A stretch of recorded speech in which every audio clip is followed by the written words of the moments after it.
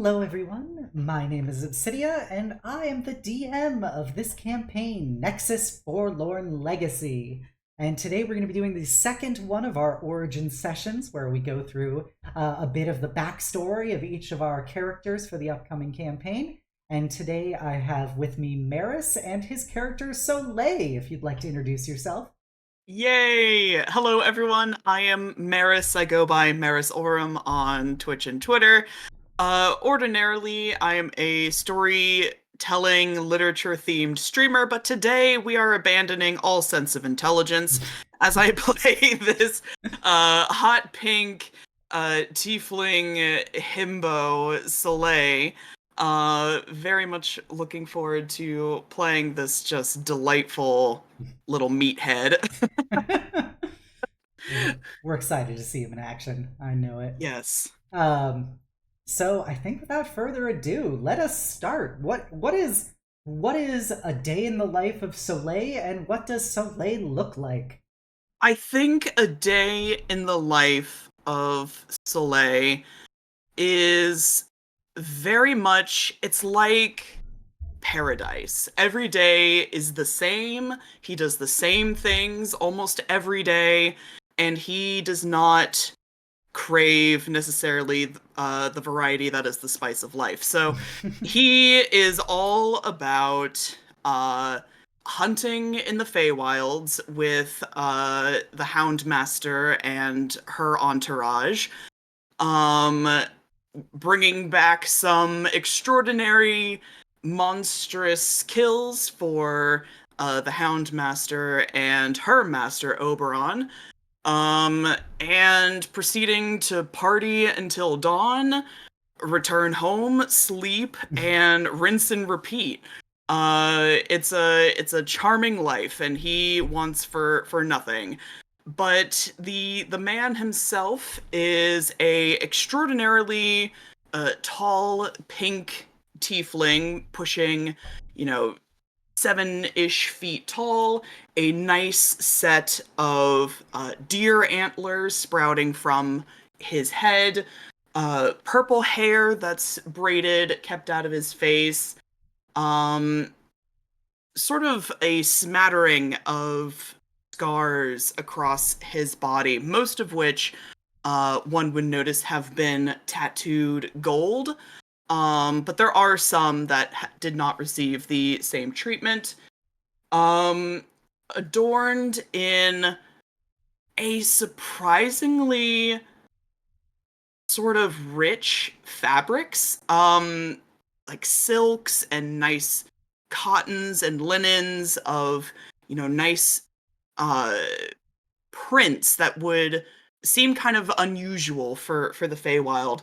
Um, and a deer skull for a mask that he wears almost all the time, and from beneath which you can see his uh, two eyes, one blue, one green. Um, and at his side, he has two short swords that he also always keeps on his person.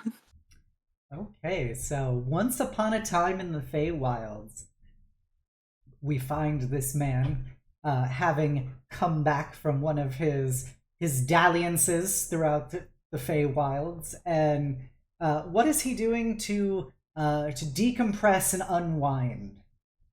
Um, Presuming that we are exiting a revelry and heading back home, I think he would be returning home to, frankly, to bathe.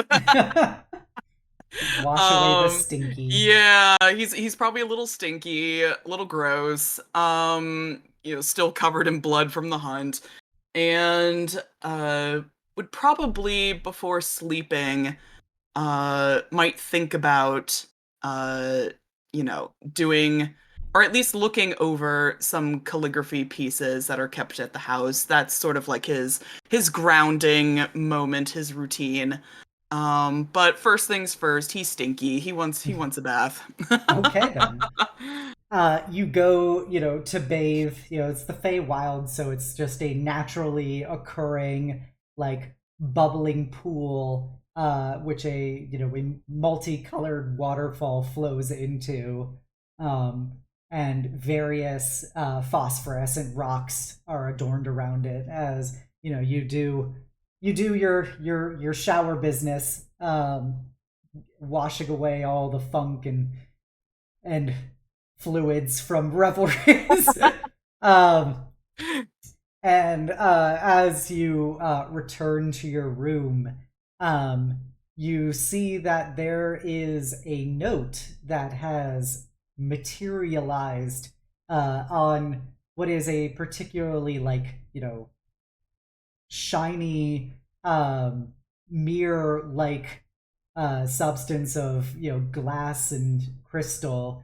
They you use like a mirror in your room, and it is a beautifully elaborate scroll work piece of paper that is pinned there with nothing more than a pink set of wax with a an eye in the center of it with a pair of curved horns wrapping around it. I think seeing this, particularly the emblem, he might assume that this is something from one of his mothers. So doing like a quick little glance around the house, checking to see if, either of his moms are home, um, presumably finding an empty abode. Mhm. Um, I think he'll take hold of it, take a closer look, uh, crack open that seal and see what it's about. As you crack open a cold one,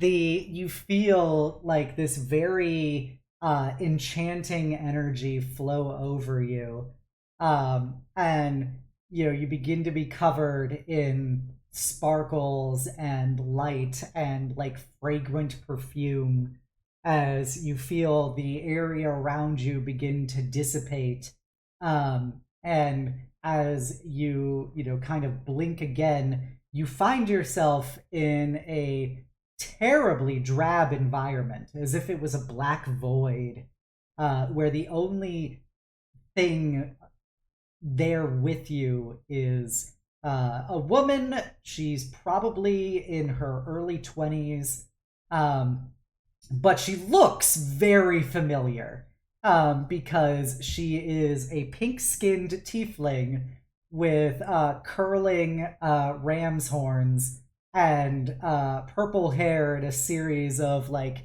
immaculate, like wavy curls that flow between her horns and down her back and along the side of her face. And while this is a black void, she is garbed in just the most tastefully scandalous gown that you could possibly imagine on a woman, as it struggles to contain the full extent of her feminine wiles. And she has a little heart-shaped tiefling tail slowly sashaying behind her as she looks at you, and her heavy lidded made-up eyes kind of sparkle as they see you as she gives you a big toothy smile. Ah, he's just racking his little noggin real quick, um, because this woman looks remarkably like his mom, Yes. and so, She but looks it younger than your mom, to be yes, exact. yes, and so it's very bizarre, but he's just by looking at her, he's getting a much different vibe Yes. than he gets from his mom. And so he'll approach, give a little curious tilt of his head, and just um huh, we haven't met before, have we? No, tragically, we haven't, little one. As she extends out her hand in one of those, like charmed, I'm sure, kind of things, towards Soleil. He does not understand this social cue, so he's just gonna like take her hand and like awkwardly like shake it up and down. She kind of gives it like one of those looks of like her masterfully crafted eyebrow tilts up slightly, and she goes, "Ah, I see you have your mother's decorum." Which one? Well, I would have to say euphoria, but Ah. forgive me. My name is Ecstasy Cox, and your mother is my daughter. Ah, that's interesting to be having a family reunion considering that she never mentioned you. I'm no doubt aware that your mother did not see fit to elucidate you about my particular existence, but she and I have never quite seen eye to eye throughout the years. But I assure you, if you have any ability to discern enchantments or beguilement, I can tell that I'm speaking 100% truthfully. Well, I mean, frankly, you're a spitting image of her, so it's pretty easy for me to believe that. uh, I did have to say that I passed on as many of my good looks as I could. Unfortunately, she did not receive quite as many of my charms. But I would have to say the most telling of her failings was that she never told me about her little boy, as she kind of smiles and looks at you. Or should I say, this big, strapping young man? I, I guess Mama kind of values her privacy these days, but I don't know why she wouldn't have mentioned having a surviving relative. Your mother often likes to forget I ever existed, but Well, who that would. seems hardly right. I know. To think that she would be so willing to cast aside family, especially one that cares for her so, and importantly, trying to hide my kin from me. Oh, I have to say, it is truly a pleasure to see you. And what is it you go by? Uh, Soleil, ma'am. You see, you gotta do a thing of like, oh, she picked one of those names. Not in line with tradition. She goes, "Oh, Soleil. Well, it is truly wonderful to meet you, and I think that we can help make up for old times by perhaps getting to know each other a little better." Well, sure. I'm huh, uh, surprised, but I'm eager to, find out more about my family. It's just, I'm sorry. I was just finding out that there's more of us out there is just a little. I'm just really happy. That's all. And I'm so happy too to get to meet you. Your mother despises me for no good reason, and I I'm glad that I was able to work around her obfuscation so that I can be able to meet her little boy. But Well, she does have a bit of a temper on her, but oh, truly one of the most de minimis ways that you could phrase that. She's a how very did like sibilant laugh. It's very musical. how did you get around? You said she put some sort of uh, barrier or hidden protection, or how did you get around that? Because she's a pretty powerful being. Well, your mother does like to consider herself quite self-capable and powerful in her own right, but you could say that even her mother knows a few tricks that she doesn't. But I'm glad that you brought this up because, frankly, that's one of the reasons that I'm have found myself finally able to attempt to speak to you is about the precarious nature of my current predicament. Predicament? Is something wrong? Tragically so. I unfortunately have found myself at the whim of several terrible men who have sought to strip me of my human rights and place me in a particular den of isolation so that I can't be able to express myself and find myself as only to be a victim of their whims. Soleil kind of looks around the dark and dismal surroundings, and then looking at her in her pretty opulent attire, and just the wires aren't quite crossing, so so he'll just look at me. You're, you mean you're trapped here? I'm in fact quite imprisoned. Uh, they seek to keep me in this particular umbral cage until well I fully succumb to their predations. That's that's terrible. How did I mean, if you can get someone, if you can get me in here, couldn't you get yourself out? Unfortunately, there are numerous conditions to the particularities of planar dynamics that have limited me to such desmine that I find myself residing in. But I was able to scrape together some of the last vestiges of my power to reach out to what I think is the only person that can be my personal hero in this particular circumstance. That's you, Soleil. That's you, as she puts a hand against your chest. I mean, of course. I mean, we're kin, and how can I help? I mean, I don't. And he kind of scratches his head a little bit. I don't have a lot of skills when it comes to uh planar dimensional, and he is clearly struggling with stringing these words together. Magic stuff.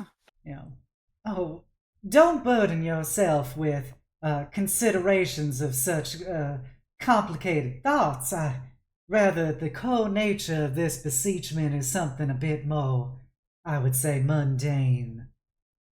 You happen to be what I would say is a fine specimen of a capable male, and what she kind of looks at the swords, at your waist and goes, and a particular proficient hunter. Would you say that is an accurate summation?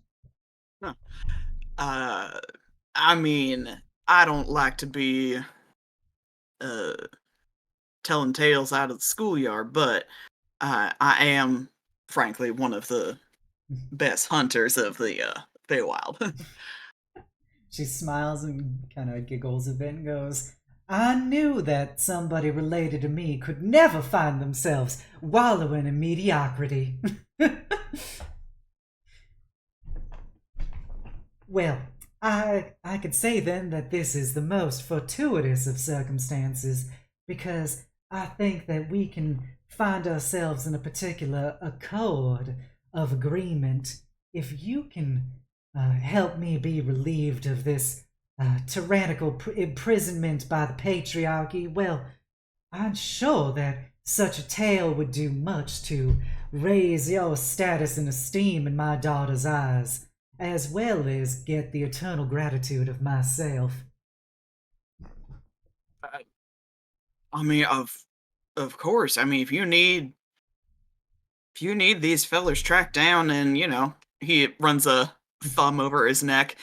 I, I mean, you picked the right guy. I know I did. Well, that's just the exact kind of assistance I find myself craving upon these days. There is a world where these men happen to reside. It's quite different from this particular realm. Not speaking as to my enclosure, but rather the Fey Wilds for which you frolic. But they find themselves there under the illusion of safety, and I think that uh, if you could go dissuade them of such notions and be able to eliminate the bindings that they possess over me, and I can finally be free of this place, well, I'll give you what little power I have remaining to be able to facilitate it. So all I gotta do is just track him down, cut the bindings. I assuming something fatal will do the trick, but if you prefer something a little more subtle, I can try and make that work. Oh, I assure you, these men are undeserving of any mercies, and I think a solution most fatal is the most appropriate. Fair enough. I can work with that. Well, I happen to know that several of them reside in this world of Nexus, and, well, I can get you to the world and give you a little bit of boost in the right direction, but unfortunately, after that, I'm gonna have to rely on your incredible capabilities as one of the finest hunters in the Fey Wilds, as you so boldly assert. Nexus. Is that one of them uh mortal planes? Exactly, it is one of those places that finds itself particularly beholden to the vagaries of time and place. Cool. So it'll be like maybe a week for me to be gone, technically speaking. And presuming I get that done in such a quick amount of time, Feywild time, rather. Hell, I'll probably be back before Mama even notices I'm missing. Yes, I would not be surprised if she doesn't happen to take notice in the coming days, as you've asserted, she's very busy, and, well, frankly, my daughter has never found herself a particularly victimized by over attachment to her family. Yeah, that's that's a little bit different than the Mama I know, but I hope that when all this is done and you're free from this rather bleak situation, I hope that you can make up with her, cuz she might be a stern and stubborn lady, but she does love her family. I'm sure y'all can figure it out. She kind of puts a hand to her chest and closes her eyes in a very pained bereavement, and she goes, Soleil, if when you succeed upon this, I will endeavor to put every effort forward to try and mend the broken bonds that have we have found ourselves so beholden to, and I will I will try and make things work, not for me, but for you, sugar. He'll just give a nod and thank you. I would I would like that. It's it's good to have family. That it is. And she does a big smile.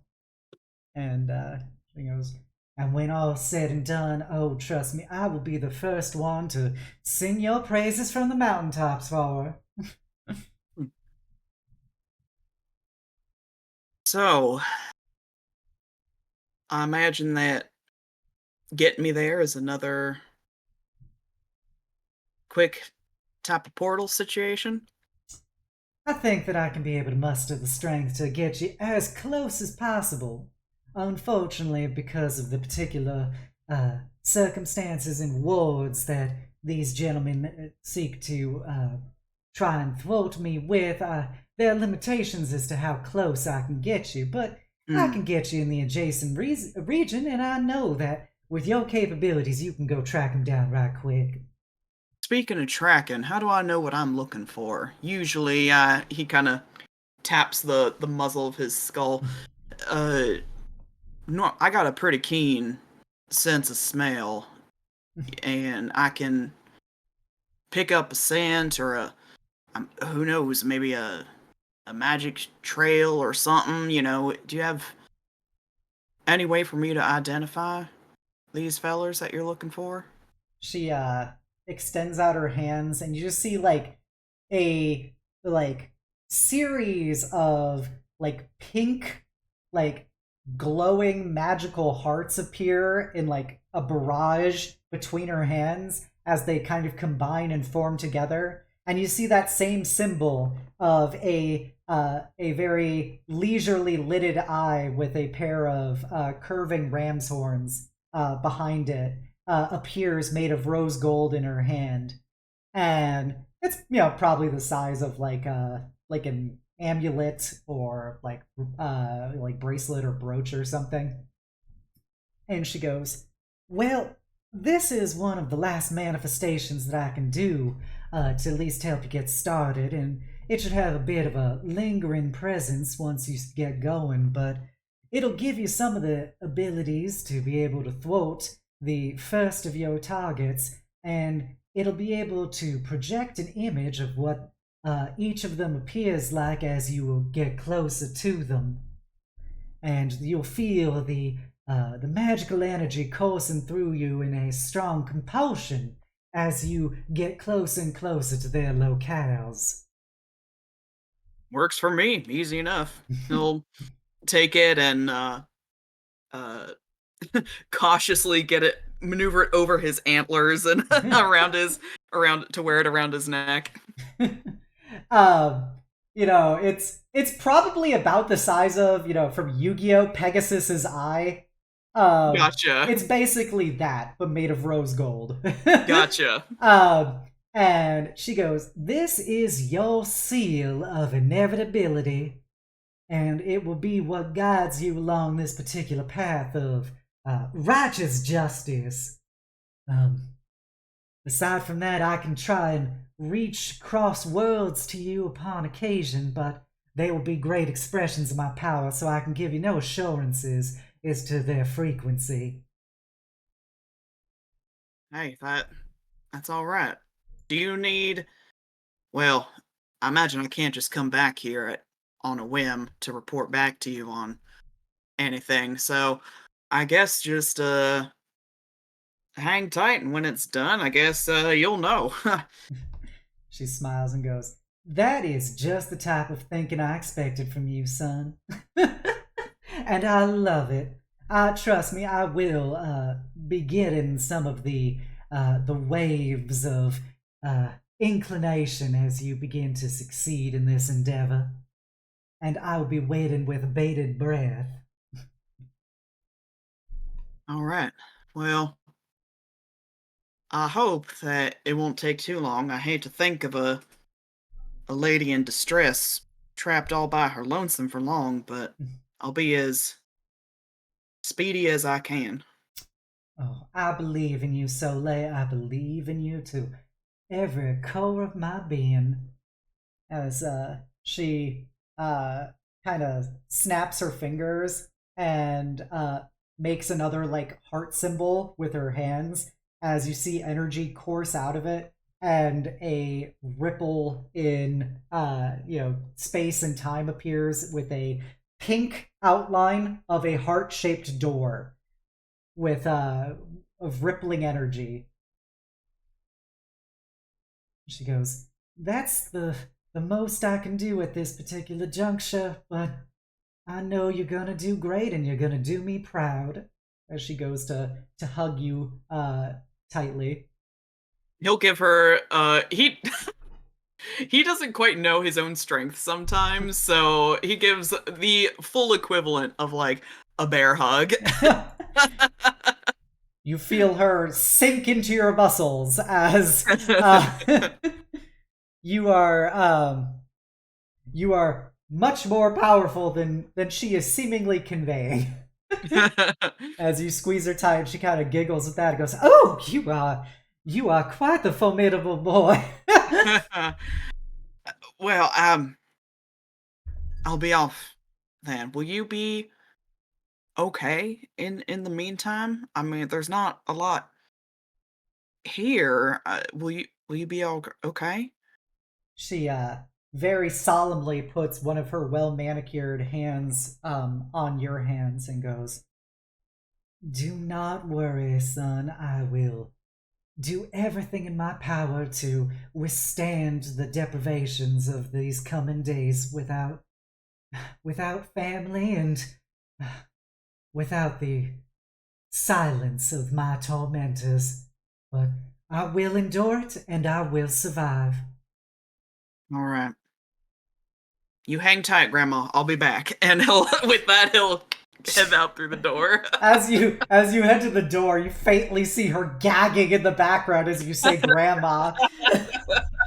um, and as you go through the door, you feel that rippling perfumed energy course over your body once more, and then you find yourself in what appears to be the snow-covered peaks of a mountain range with some snow-wreathed pine trees and other. God, what's the term for the year-round green trees? I can't remember. Evergreen? Evergreen. God, that's embarrassing. Oh, you mean the evergreen? Oh yeah, the always green trees. The himbo is spreading. As you find yourself up there, and there doesn't appear to be anything aside from snow, trees, a faint wind, and a very surprised-looking donkey with a human male on a cart behind it. As this opens up, as he kind of stumbles in the front of the cart, and you see him reaching for something next to him. See, he does a "What the goddamn?" Sup? Just lifts a hand. As you lift your hand, you're sup. The guy kind of, huh? As one hand is holding the reins of this donkey, and the other hand, you see he's holding something. It's like a long, tubed object. It's kind of like a crossbow, and he kind of looks at you real scared, especially as he looks you up and down and sees your big antlered, skull-faced self. But with the sub, he goes, right, are you here peacefully? Yeah, I mean, sure. I got stuff to do, but I don't have a problem with you, buddy. I just showed up here. All right. As he puts the tube down and kind of finishes calming down the donkey, he kind of looks over at you and goes, well, I happen to say I haven't seen too many portals to seemingly unknown nether realms open up around here, but yeah, just making sure I'm in the right place here. Is this like the what'd you call it? Shoot, the he racks his brain for a second, already forgotten the name of the plane. Nexus. This the Nexus plane dimension thing? Yes, you happen to find yourself in our fair planet. Excellent. I'm in the right place then.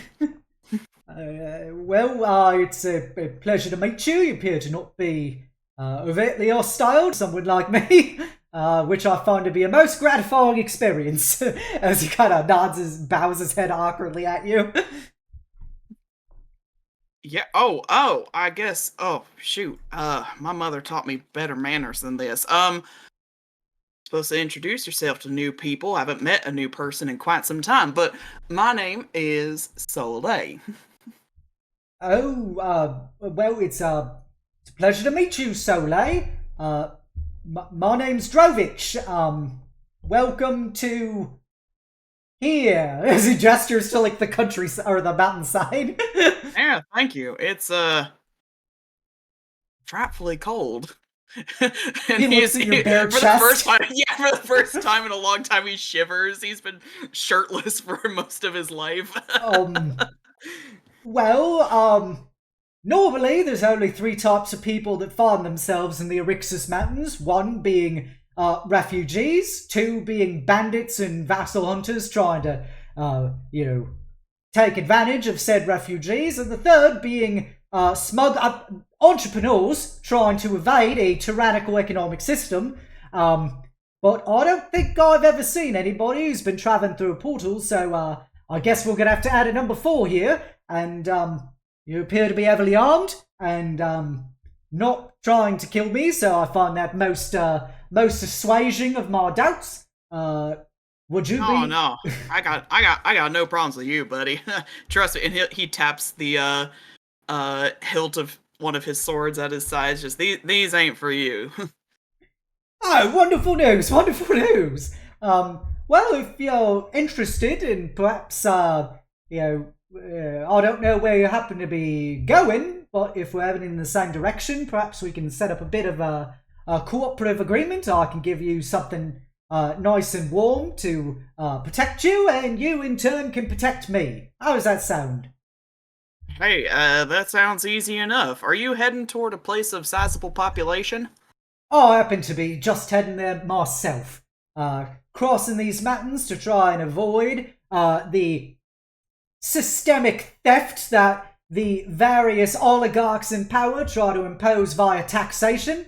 And but we are trying to head into the Federal Republic of Tyrol. If he's wearing a mask, so there's no way to like notice Yeah. this expression, but if one were to see his face right now, his brows are so furrowed because he just heard a string of words that he has never heard in his entire life. But he just nods like he understands, like, oh yeah, yeah. And I know what you mean. So I'll just tag along, protect you from anything in this mountain range. Easy enough. By the way, which of the three are you, sir? He kind of looks at you. Three what? Well, you said there are three kinds of people that Oh, traverse the I'm an mountains. entrepreneur. I, I am a lone businessman seeking to uphold the principles of free market capitalism in the wake of what I would say is the systemic deprivation of individual rights perpetuated by various institutions of power. cool, sounds good. So I'll just hop in the back here or tag Oh, well, just alongside give me you, a or moment. And he goes out in the back and rummages through the stuff back there. Takes out like what is a big like parka coat kind of thing.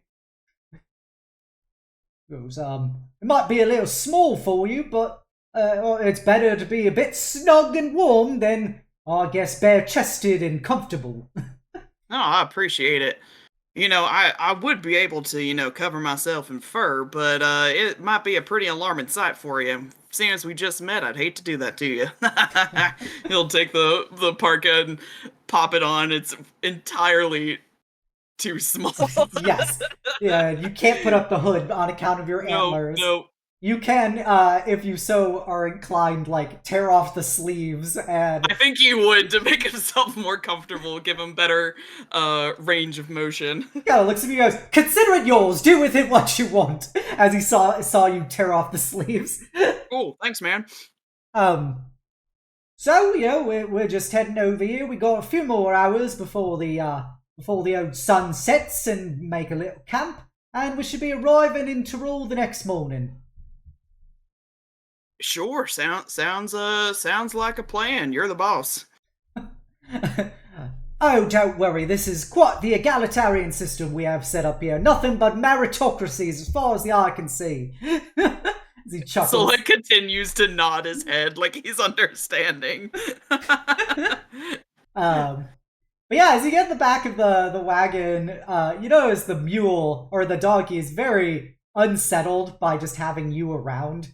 You think it might be your predatory vibe. um, but the Drovich seems to have a pretty good handle on keeping this ornery beast in action. And he'll just make like idle conversation with you as you guys trundle along through the various snow-packed peaks. We're like, so, where do you happen to be from? Obviously not of this world, but I'm not one to judge somebody from the locales where they find themselves. Oh, sure, yeah, I'm from the Feywild, the Wild Hunt. It's pretty darn nice. It kind of reminds me of this here, forest mountain range. Not nearly so cold though. Wow, in honest to goodness Faye coming right out of a portal and into the back of my cart. What did order I say? Y'all don't get a lot of Fae? Oh, you're not a Fae of your particular disposition. I happen to know that, I've met many folk who happen to trace their lineages back to the fairer folk, but I've never happened to see one of the true Fae up and close in person. Always heard you just go stealing people's children and making carnal sacrifices in the dead of night. Nah, not all the time. He looks a little concerned at that, but goes to show you the rumor mill in action. Nah. Most folks, they just, quite frankly, they like playing, pranks and tricks and, a lot of Fae think that, mortals are intellectually inferior, so they like to have their fun with them. It's a shame to see that such practices have found themselves even into ethereal haunts. But I guess so is the way of the various vestiges of power and action constantly seeking to oppress those that they deem lower than themselves. That's the reason why you need to have the free exchange of goods, services, and ideas across borders without limitations. Right on, dude. Right on. And just continues trundling along and goes, so, what do you happen to find yourself in our particular fair locales?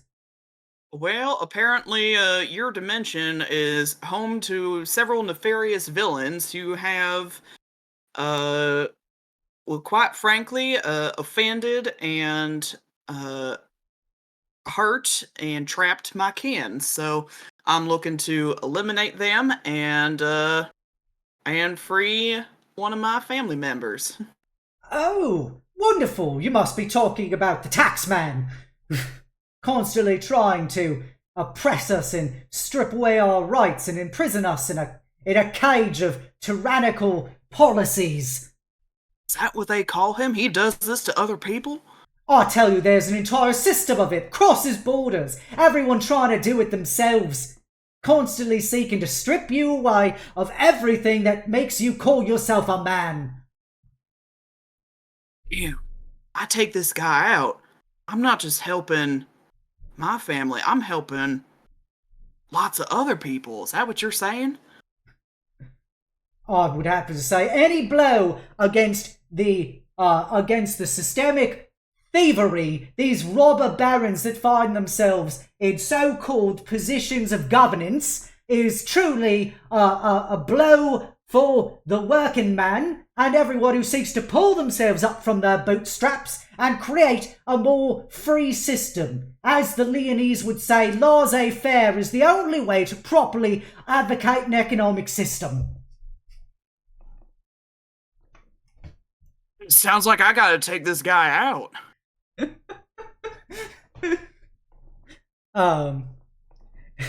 I goes, well, I will consider myself then a noble harbinger of the working man's vengeance then, as I escort you into the very belly of their depredative beasts. Wait, he's a beast? Well, I wasn't told that part.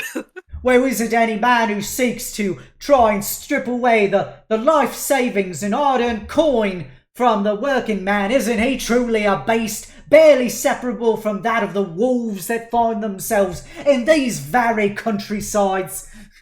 All right, so a wolf, I know how to take those down. Cool, cool, cool, cool. A wolf in sheep's clothing! Every bureaucrat tries to paint themselves as nothing more than a harmless instrument of taxation and governance, but I assure you, they are wolves, and they will prey upon you at your most weakened state. So, like, how big a wolf we talking?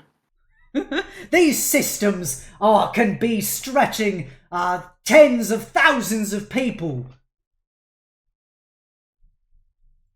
Damn. I guess. And he'll like ponder for a second. Just I guess cut off the head of the wolf and the body can't strike. I just gotta go for the biggest one. Oh, well, I'll give you all the assistance I can in trying to facilitate. I'm not a combative type, and I fight my revolution, simply on a more diminutive scale. But if you wish to be a more active participant in the return of economic power to the hands of the working man, well, I guess I'm a steadfast ally in your pursuits. Thank you. It's good to have someone in your corner. It's hard to hunt alone, but with the pack, you're strong. Right. Takes a wolf to kill a wolf, I say. That's right. And again, he's wearing a mask, so you can't tell, Yep. but that just gives a big old fangy grin. um, and you'll continue trundling along. Is there anything you wish to say or ask him about as you travel? You know, it's funny because as simple-minded as Soleil is, that was a hearty amount of information he just got. He is looking for a beastly dude uh among a multitude of wolves, and he thinks he's got it down. He's like, I know what I'm looking for. I know what my quarry is. um, you're like, oh yeah, this is just like the Feywilds, just like the Easy. simulations. Easy. Well, if you don't have anything else to ask, he will, after a few more hours, settle down for the night and begin building a camp, set up a little fire, give some food to the donkey, and he'll start taking out some traveling food, which he'll offer you. It's basically some rations, but he's also looks to be cooking up some like stew and beans.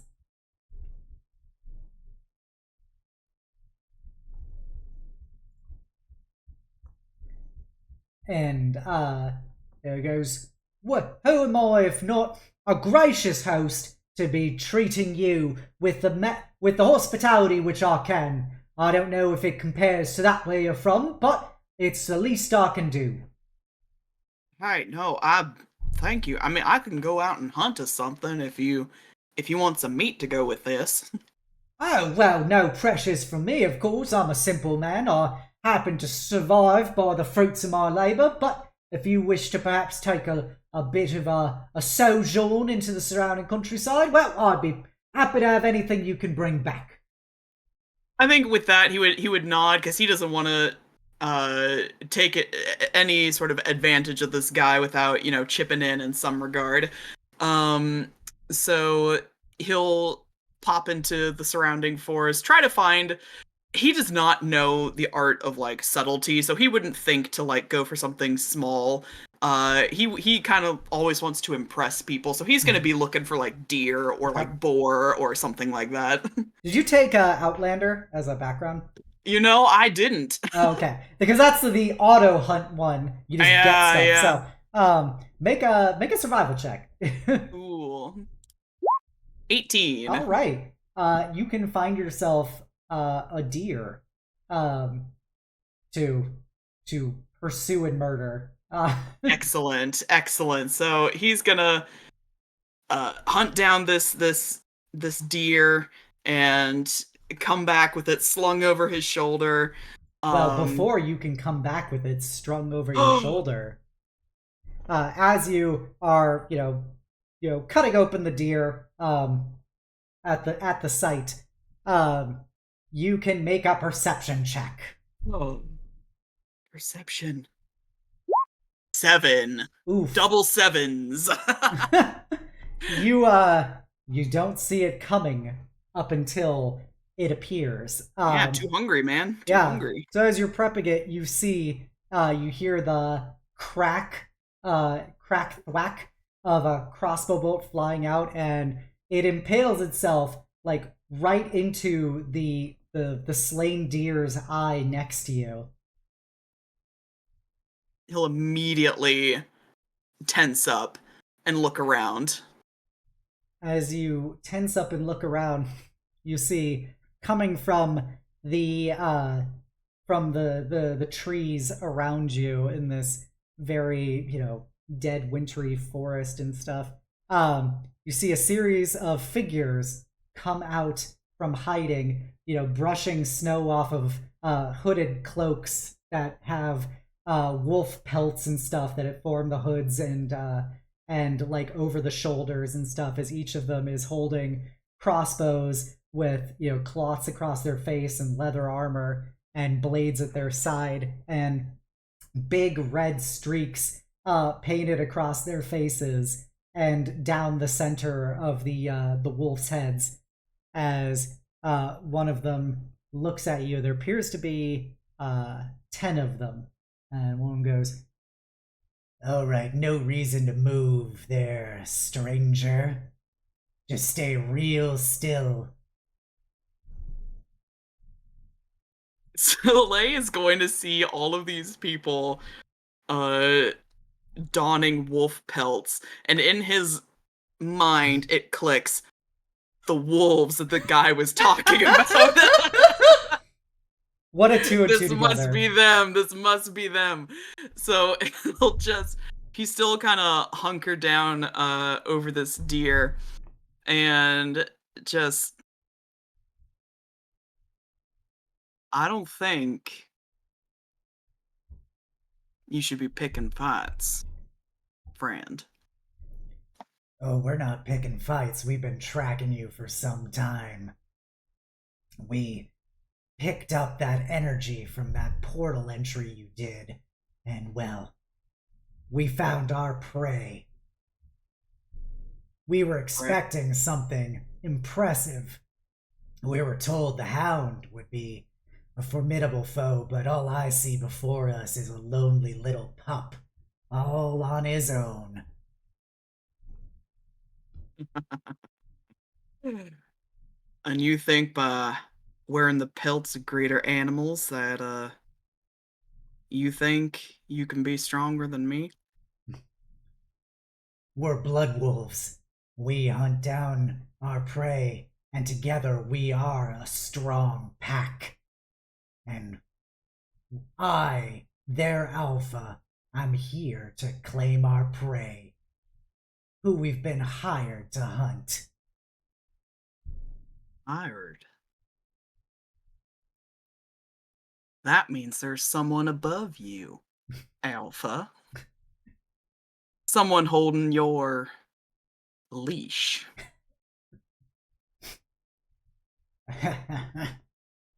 You won't be able to crack me that easily. We're just one extent of an overall pack.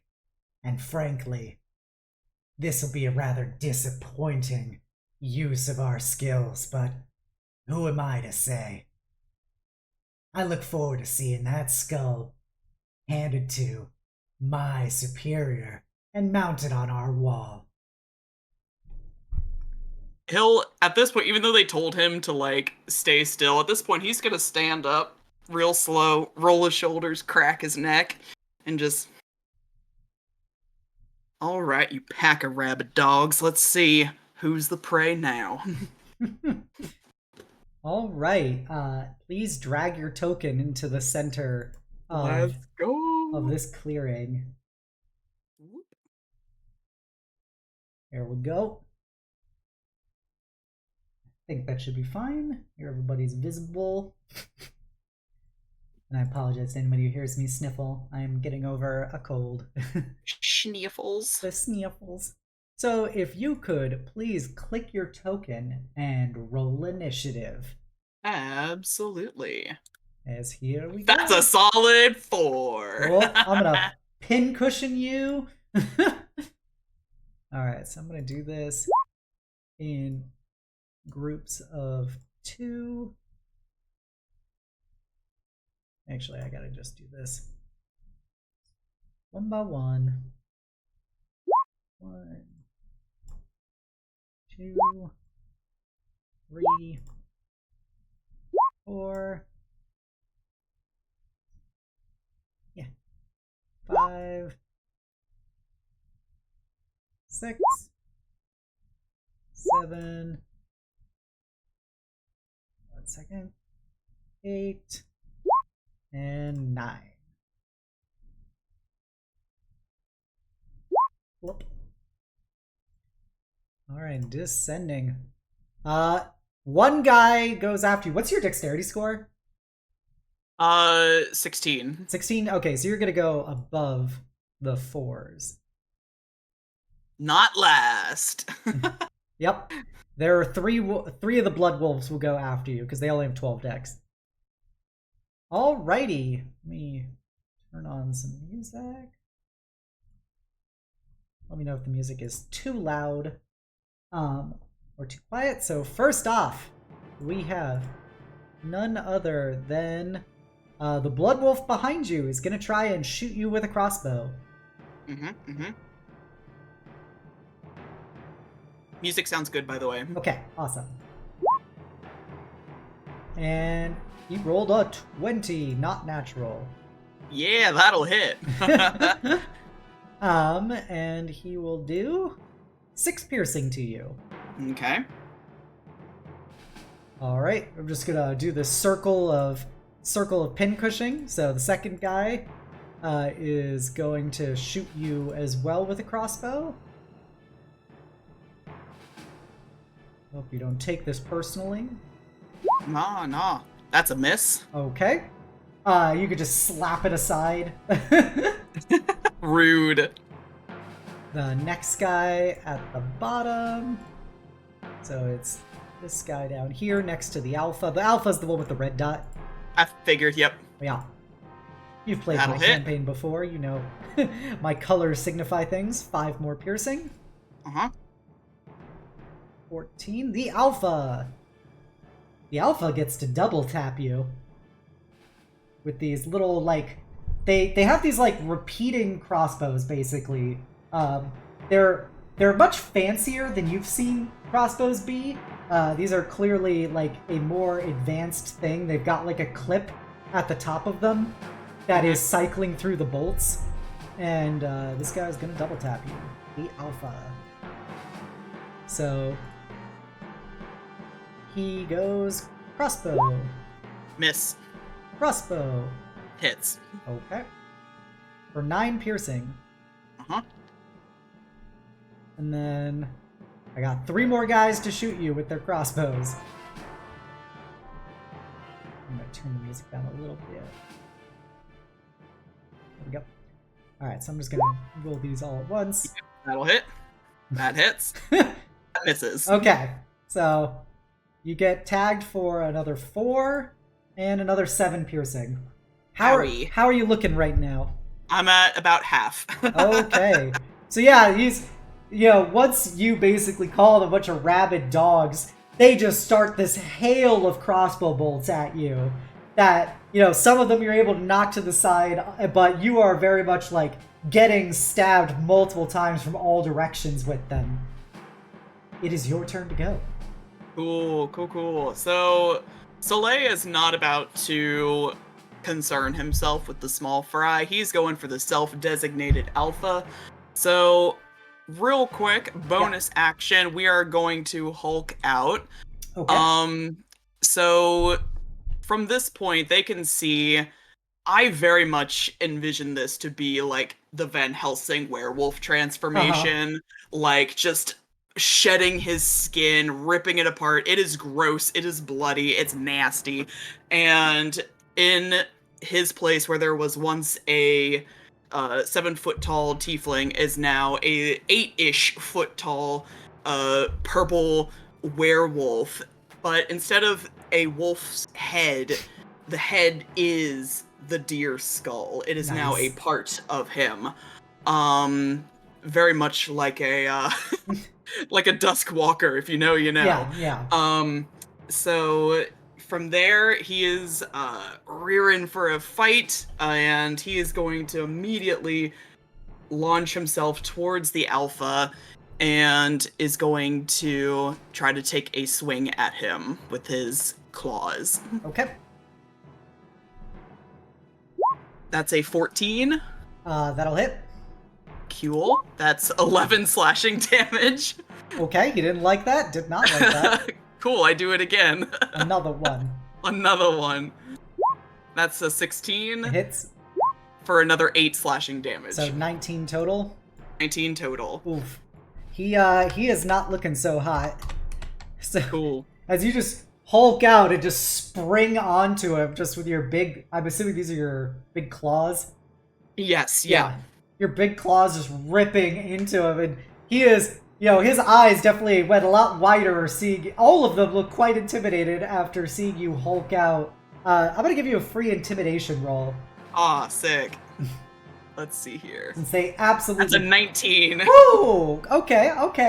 I'm gonna give everybody disadvantage on the next round of attacks they do, because they did not see this one coming. But you look like you have, that alpha is not long for this world at this point. He probably has one more hit in him before you drop him. Nice. Anything else on your turn? No, that was my bonus action and my action. We are good to go. All right, now the remaining 3 guys on this turn are going to shoot you with disadvantage. That's a miss. Miss.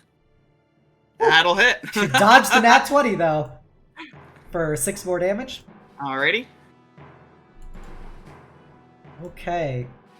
Now that the crossbows have gone, some of them are gonna try running in with. They're gonna draw scimitars and charge you, and then so that's 26. And there. So those 3 are going to be moving in with scimitars on you and start swinging. It's the wrong thing. Once again with disadvantage. Oh, I also realized that last crossbow should be 3 piercing. Oh, because you take half damage in your wolf form. Yes. Okay, so yeah, 3 piercing from that. Okay. So first scimitar. That'll hit. Okay, second scimitar. Miss. And third scimitar. Miss. You take 4 damage. Oh, That's okay. with the half. That's with the half. Yeah. They're cleaving in, but they're trying to basically pack tactics up on you, but you're still very big and intimidating, and even the one that does manage to penetrate your thick pelt just kind of barely digs into your skin. The alpha is going to try and hit you. He's going to drop his crossbow and take out a scimitar and a dagger, and he's going to try and knife you. That's a miss. What even are you? Ooh. Ooh. That is also a miss. That's 7 and 8 misses. Yeah, your claws just knocking them aside as he's trying to work his way through it. Even with all of them working in tandem, you seem to have upset their metrics together because they are not working well as a team with how intimidating you're being. The remaining 3 are gonna keep shooting you with crossbows as they try to work around their teammates. That's a miss. That's a miss. That's a miss. Oh, 8, 13, 10. Yeah. Now you're full of crossbow in their bolts. boots. Yeah, you're full of crossbow bolts, but they're just basically just stuck in your fur at this point. They're not even harming you. As these guys are just what the fuck? Soleil, it is your turn. I think at that fearful question, the skull can't grin, but as much as a skull can grin, and you see those dual-colored eyes just kind of glowing from behind the deer skull, and he just goes, I'm the hound. And he's gonna make that slashing attack one more time. Okay, to the alpha still? Uh-huh. Okay. Oof. 11, I imagine, does not hit. That is a miss. How about an 18? That does hit. Cool. That's another 11 slashing damage. How do you want to kill him? I like to picture, this is a very swift and efficient killing blow, because he considers himself to be a master hunter, so he is just gonna go one swipe right across the throat, and he's just gonna bleed out. Alright, so the alpha overextended himself trying to block your first wolf claw with a scimitar, and with that you just able to rip open his throat almost absent-mindedly as it spurts blood across the snow, and he just flops to the ground, trying to, basically reach for his, entirely ripped open throat for a few seconds before he dies. Anything else for your bonus action? I think you can tell me if I cannot do this, okay. But I think at this point he would turn around to the rest of them, covered in the blood of their alpha, and just go, anyone else? And can I make a intimidation check again? Sure. I'll allow it. 19 again. Okay. What is your particular result? Do you want to debuff them? Do you want to get them to back off? What is your intent? I kind of want them to be fearful, so if they want to flee, they can flee. Or we can say it's another inflicting disadvantage situation. Okay. I leave that up to you. Okay. I'm going to keep several of them in combat so that you can keep using your different abilities to get used to it. Yeah. But I think that some of them will take the opportunity to try and slink off as you have very much established your strength here. So anything else on your turn? Would that count as my bonus action? I'm gonna say yes for doing something that actually everything. Has impacts like that. Okay. Yeah. So with that, the three who had shot you with crossbows are going to take this opportunity to piece the fuck out, as they're like, the fuck even is this thing? This isn't what we were told. As run away! Run away! This guy, and this guy just immediately they have their crossbows in their hands and they're just bolting away into the tree line. So with that, let's check this. Ooh. Okay, we start at the top. Everyone is gonna have their disadvantage still, as the three guys in melee with you they're kind of committed at this point. Yep. Because they know turning their back and running away from melee is definitely a surefire recipe to fucking die. Yep, that'll hit. 20 and 20. 4 slashing. 14 misses. That's a miss. And 15? That misses because I have a +1 to AC in form. Look at you, fancy armored doggo. Yeah. So you took 4 damage total. Okay. These remaining 3 guys are gonna try and just move over a bit and shoot you with their crossbows. Disadvantage still. Miss. 7, 8, 10. Being intimidated is real rough. Alright, Soleil, it is your turn once more. There's 3 guys with scimitars and 3 guys with light crossbows. Neat. The guy who's just below me, I'll move to attack him first. Yep. That's a 22 That hits. for 6 slashing. Okay, he soaks it. You basically just rip open his chest, but he's still standing. Okay, I do it again. Okay, That's a 20 you hit. for 11 slashing damage. That ghosts him. Move on to the next guy. This one right in front of me. I will bonus action attack him again. Okay. That's a 10. I imagine that that's unfortunately misses. Womp womp. Yeah, so you try to like carry your swing from the second guy, basically ripping open his entrails into the I just realized. Yeah. Sorry, you finish your thing, but I just realized something. Okay. Go ahead. And carrying it over into him, but the guy's able to basically soak it on his wolf pelt that you just tear in half. I should be going into bloodlust at the start of my turn. Okay. Not that it really matters, because I'm surrounded by enemies, but I have to make a DC 8 Wisdom save. Okay.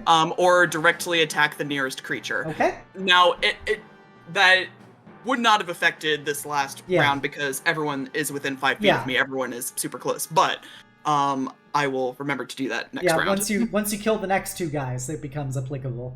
Yep. All right. So that is you. Two guys with scimitars are, trying to pack tactics. They're set up together.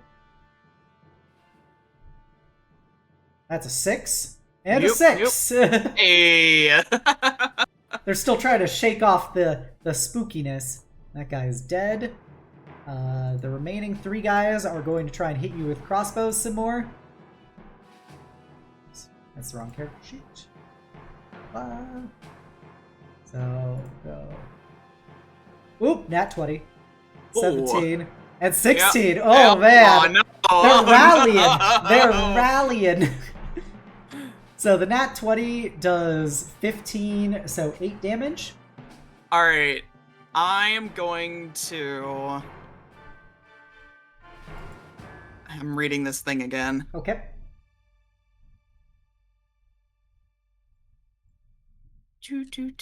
So 15 would be halved to 8. Yeah, because we round up. Yep. Alright. How are you looking at health-wise? Not great. Okay. So I might use one of my charges from the Seal of Inevitability to have that again. Ooh, spicy, spicy. Is that what you wish to do?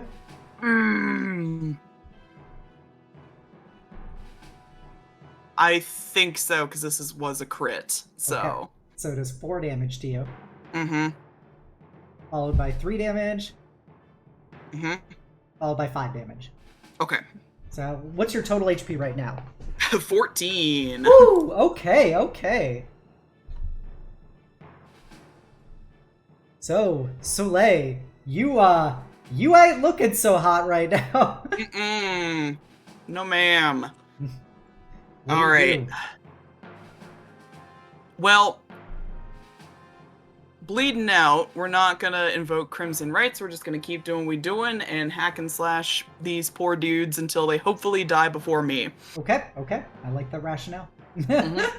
So this guy right in front of me who dodged my last attack, we're gonna go for him. Okay. That's a 20. That hits. That's 10 slashing damage. You rip him in half. Neat. Oh, he's dead. Yep, he is literally ripped in half. These guys are not sturdy. Cool. I move on to the next guy. 12? That hits. Oh, okay. They're not terribly tough. 6 slashing damage for that guy. He's still alive. And bonus action, attack him again. Okay. That's a 13 for another 10 slashing. Yeah, he's sliced open too. Make your bloodlust roll. Yay! Wisdom save. I passed. Okay. Do you want to use any of your remaining movement to move into melee with anybody or anything? Oh, you know what? Yeah, let's let's go for 5, 10, 15. Yeah, let's go for this guy right here. Okay. Just get all up in his business. Just growling, drooling, covered in blood. We love that for him. Yeah. Seeing you slicing through everyone, this guy is he's gonna run away with the rest of them. He does a more controlled runaway because he made it past the intimidation phase. So it's these last two guys. His buddy doesn't want to leave him alone with you, so the remaining guy is gonna take out his scimitar and try and slash you. That'll miss. Alright, he misses, and then the remaining guy is gonna try and shoot you in the back. That'll miss. Alright, that's a 13 and a 9, so yeah, you're in the kill zone. Let's go. Alright, we do it again. Another one. Another one. Give him a big ol' slash. 14. Hits. 7. He's I do it again. Looking good. I do it again. 24. 24 for another 6. Yep, that kills him. And just go bounding for this guy. Bonus action. Swipe at him too. Oh, 10. That probably misses, yeah. But Bloodlust, I just want to see if you start Bloodlusting. Yes, I do. Oh, you're the last guy here. The last guy. Hate to see it. So what happens when you Bloodlust? So, as written with Bloodlust, I move directly towards the nearest creature and use the attack action against that creature. Okay, so just... So, does that mean I just attack him now? No. Or, like, on my next turn? That's a lot of attacking. Yeah, no, you would... Because, let me double check that. This is my first... I sort of interpret this as... I have to use the attack action on my next turn on so this if you guy. start your turn with fewer hit points than half your hit point maximum, you have to make the DC. So it would just be at the start of it, you would use your whole attack action that turn. Yep.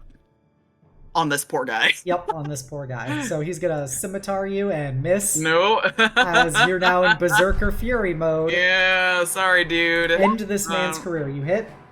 10 slashing. You tear him in and half. another 10. You ripped what was half already into more half. Quartered. Drawn and quartered. There is not a limb attached to this individual. As he just fucking is absolutely eviscerated. As you find yourself, surrounded by 6 corpses out of the 10 men who came to jump you. And you're calming down after murdering him. What do you do? I think just panting, his breath fogging up in the cold. As he calms, collects himself, the fur starts to shed off of him as he is back into his usual pink tiefling form. He goes back to... I imagine his clothes are just in the middle of the clearing, so he goes, collects them, redresses himself, and picks up the deer, and he's still got the crossbow bolts in him, he's still covered in blood, and he's just gonna sigh, heave it over his shoulder, and go back to our dear entrepreneur, and...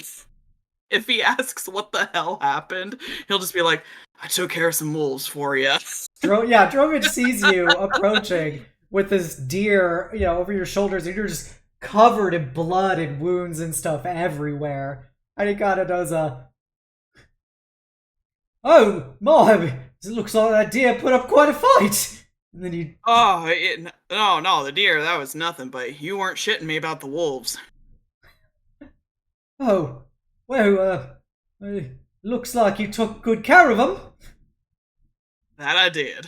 And he'll plop the deer down, immediately start butchering it like it's no big deal, and go about his business. He's not particularly bothered by this. He's used to getting beaten up once in a while, so.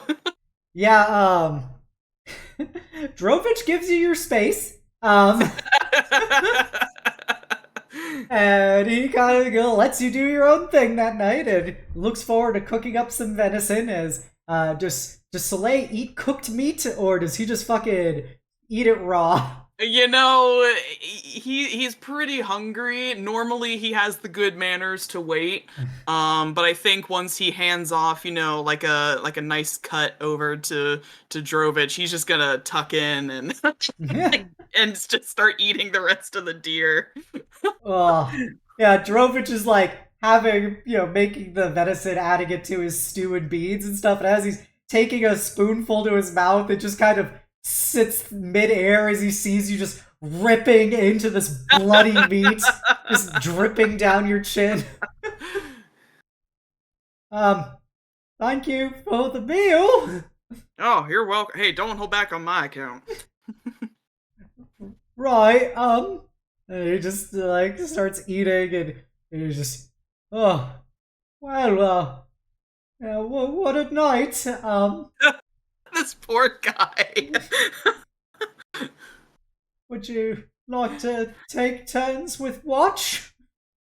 Oh, yes, absolutely. As my, I insist that you get some rest first. Much appreciated. Is there anything else you want to ask him before he goes to bed?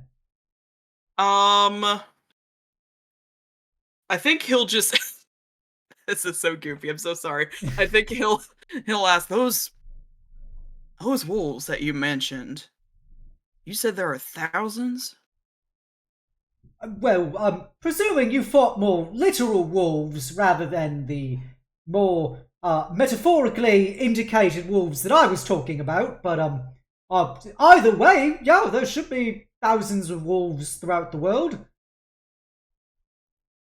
He'll just give a nod and just go, all right, starting to figure out what I'm up against.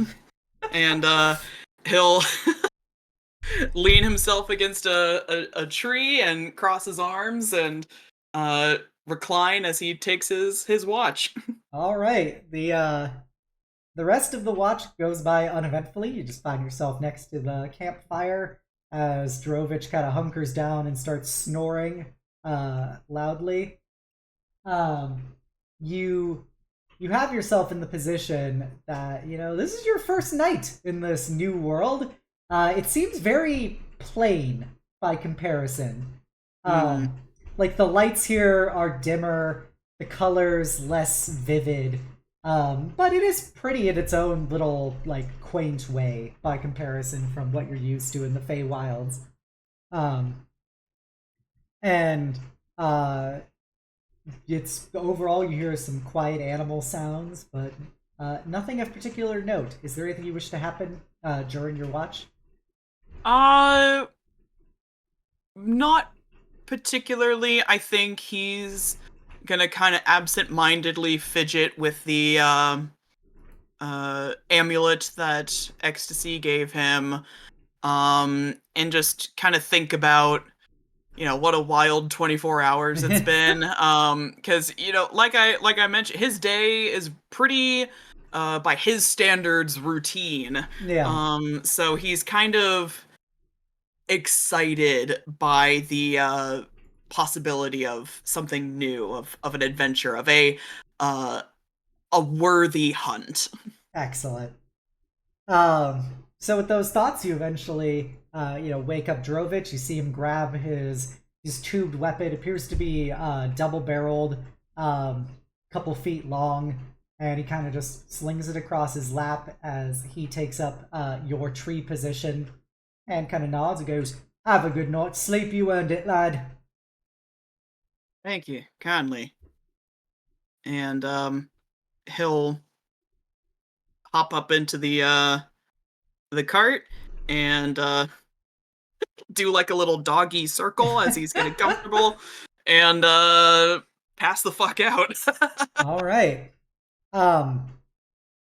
You're used to, because of living in the Feywilds and your Fey lineage, you're used to not dreaming at all. You just gotta go to sleep and then you wake up. However, this night you have these images that appear in your head of a very strange landscape It appears to be covered in like stone buildings and surreal lights and stretches from horizon to horizon as you see like bustling, carriages and strange, horseless vehicles moving around. And you kind of glide through it ethereally. And it all leads to this probably about 5-story building that says True Seer Incorporated. And you feel like a very thrumming, powerful beat against your chest where ecstasy seal was given to you that just resonates hard when you see that particular building. And as your senses kind of take you around, you see a sign on the outskirts of this massive metroplex that says "Welcome to Signa Vista." And with that, you wake up the next morning. I think he'd be very befuddled by this whole dream concept. So he would very much take what he saw as a sign um, of some sort of guidance. So waking up the next morning, I think he would approach Drovich and just say, just he would not approach the question graceful. He would just ask what he wants to know and just and just say, you know anything about a big, really big building? It says True Seer on it. Oh, truthfully, I've heard of it and never personally used it. I would never have enough money to be able to use that, but yeah, it's over in Signa Vista. Let's see, it's one of the towns across the border. That's where I'm going. Oh, well, it's a wonderful town. I'm sure you'll find plenty of things in your business there. Um, if you've got the credits to spare, you could be able to get yourself a nice room, plenty of food. Of course, he looks at the remains of the deer. Of course, I imagine you're plenty resourceful enough to be able to solve that on your own, I suppose. He just looks. Soleil looks very proud of himself, just like, oh yeah, I got so much credit. Right, well, I happen to be heading that way myself to make my delivery. I could take you to the outskirts and go our separate ways, and I could say, it's been a pleasure meeting you, Mr. Soleil. Likewise, Mister Drovich. If you'll excuse me, and he's gonna take the rest of the deer carcass, chuck it back into the woods for the wildlife to feast on, and hop in the back of the cart. Gotcha.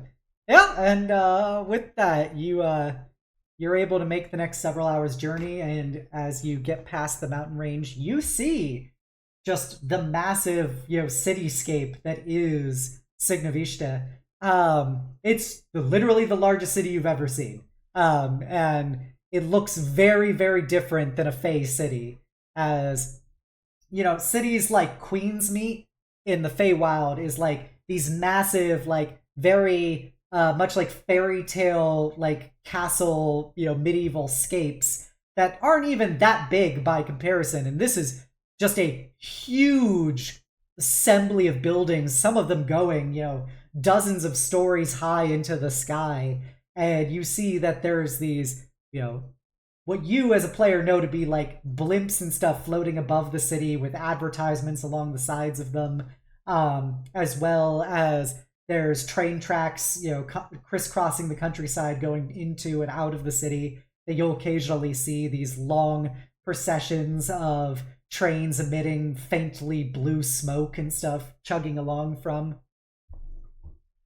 And it's one of the strangest things you've ever seen, which is saying something being from the Feywilds.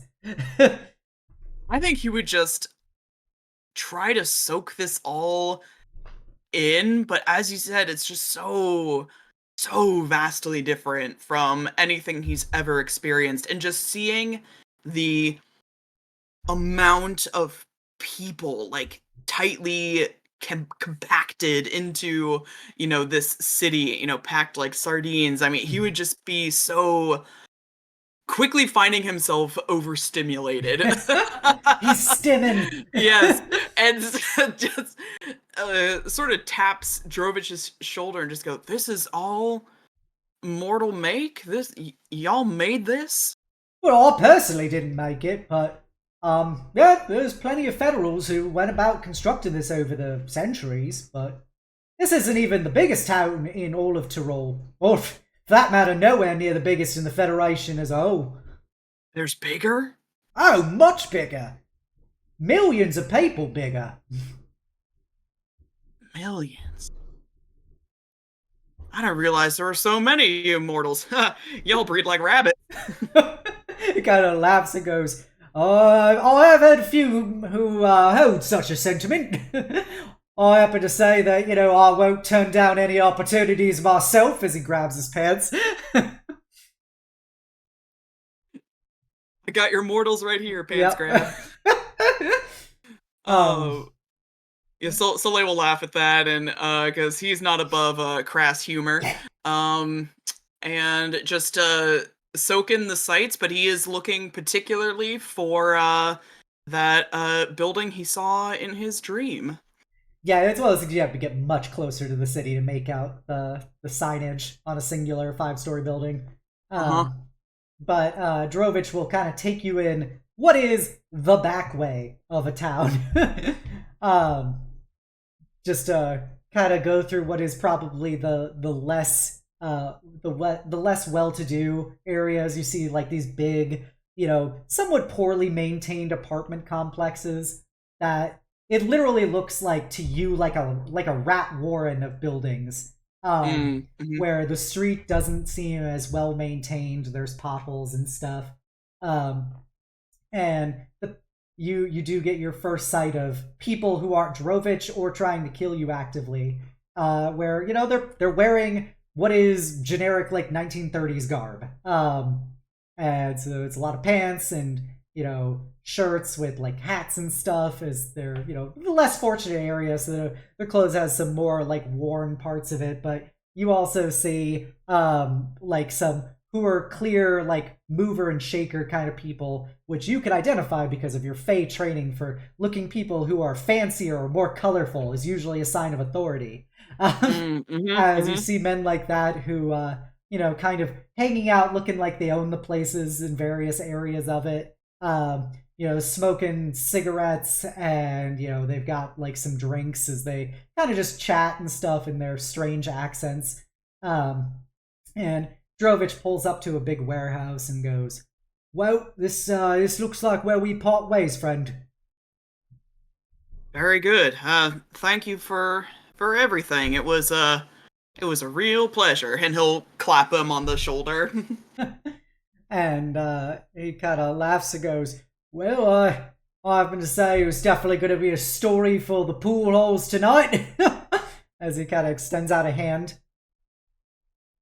Once again, just the firmest but most awkward of handshakes. And he kind of rubs his hand afterwards and goes, "Hell of a grip you got there, hell of a grip." Well, you take care, Drovich. I reckon there's a lot of beasts out there. Right there, all. If we ever cross paths again, just please feel free to let me know. I'll be happy to buy you a drink. That sounds mighty nice. I hope I find you again later, but quite frankly, there's a hell of a lot of people here, so who knows? Righto. May the Tetrarchy smile down upon you and help you in your endeavors. Thank you. Gives a little nod, and he'll hop off the cart and I guess start moseying down, trying to track down that building, honing in on that amulet he's wearing, feeling the vibe, and starting his mission. Make a survival check. Cool. Ooh, that's a 10. Okay. Are you just kind of like walking the streets, or are you like trying to maintain a low profile or anything? Uh, he doesn't know what it means Uh-huh. to have a low profile. Okay. He is not really concerned about that, considering there's just so many people. Um, there's no way he knows there's no way to hide from all eyes. Mhm. So I think he is just walking around, uh, looking at the buildings, trying to find like the tallest ones. Mhm. Um, I don't think he would be asking people just yet, like where it is. He's got Uh-huh. like his hunter's pride. He's trying to find it himself. Yeah. Uh, um, Yeah, as you wander about the town, you notice that most people seem to be walking on two elevated areas of concrete and stuff, while there's these massive slabs of concrete and asphalt in the centers of areas where you see both like some normal carriages as well as those strange horseless uh, automobiles, basically driving along incredibly fast for your take, much faster than a horse would go. Um, as they kind of zooming to and from, and people just kind of the vast sea of people that you predominantly look over. mm-hmm. But you see like people from all kinds of races. There's humans, elves, dwarves, shifters, various goblinoids, lizard folk, etc. Just kind of going about their lives as you see the cars, and you'll walk by and you'll hear voices coming from like radio broadcasts of like little radio stations around. Um, and you look up, and as opposed to there being trees or anything, you just see these massive buildings scraping the skies, some would say. uh, I think again you can't see any of his expressions, but I think People he's do just like like, look at you when they get close, and they just like form a bubble around you, like it's oh, like no, fish wide berth, farting around you. yeah. I think his nose is just wrinkling, like so, like just assaulted with so Oh many like yeah, smells this and place smells smoke very and dirty. There's not yeah. a fresh smell Ugh. here. It smells But like sweat, ugh. people, dirt, exhaust, and like some areas you get like incredibly strong perfumes or colognes, but you also get a fair amount of like food and like spices and stuff from various like ethnic restaurants and Mhm. cafes and stuff along. Now this being that I'm tracking, Yeah, is it perchance Fey, Fiend, or Undead? it is not. Alright, worth You a shot. Yeah, you do know. It was one of the things I forgot to show you in your vision. That was that the picture, the image of a man wearing immaculate, like wearing an immaculate suit, sitting in an office on the top floor of that Truseer building, is a male high elf with green, I mean with blue winter court eyes, working inside of his office, and there is a massive like somewhat holographic looking like picture of the world that's projected in the center of his room, and there's like a constantly scanning eye moving along the picture of the planet, and that's like what the top of his office looks like as he's sitting at his desk. Okay, okay, So he's a male high elf. okay. Um, I think after wandering for a little bit with no success, I think, and but also noticing that people are kind of parting the seas around Mhm. him. I think he's gonna try to look for an individual who might be receptive to Okay. talking to him. Okay. Um, and just kind of approach someone who is, as you said, someone who is more colorful, who looks like Okay. they have a sense of authority, who knows what's what. Okay. Um, make a investigation roll. Okie dokie. That's a dirty 20. Dirty 20.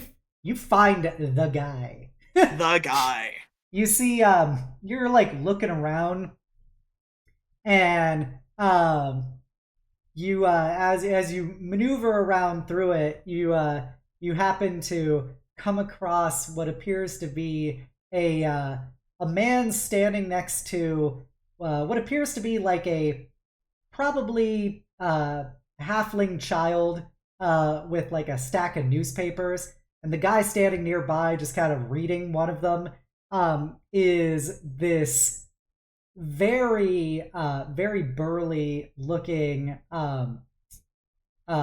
what's it called?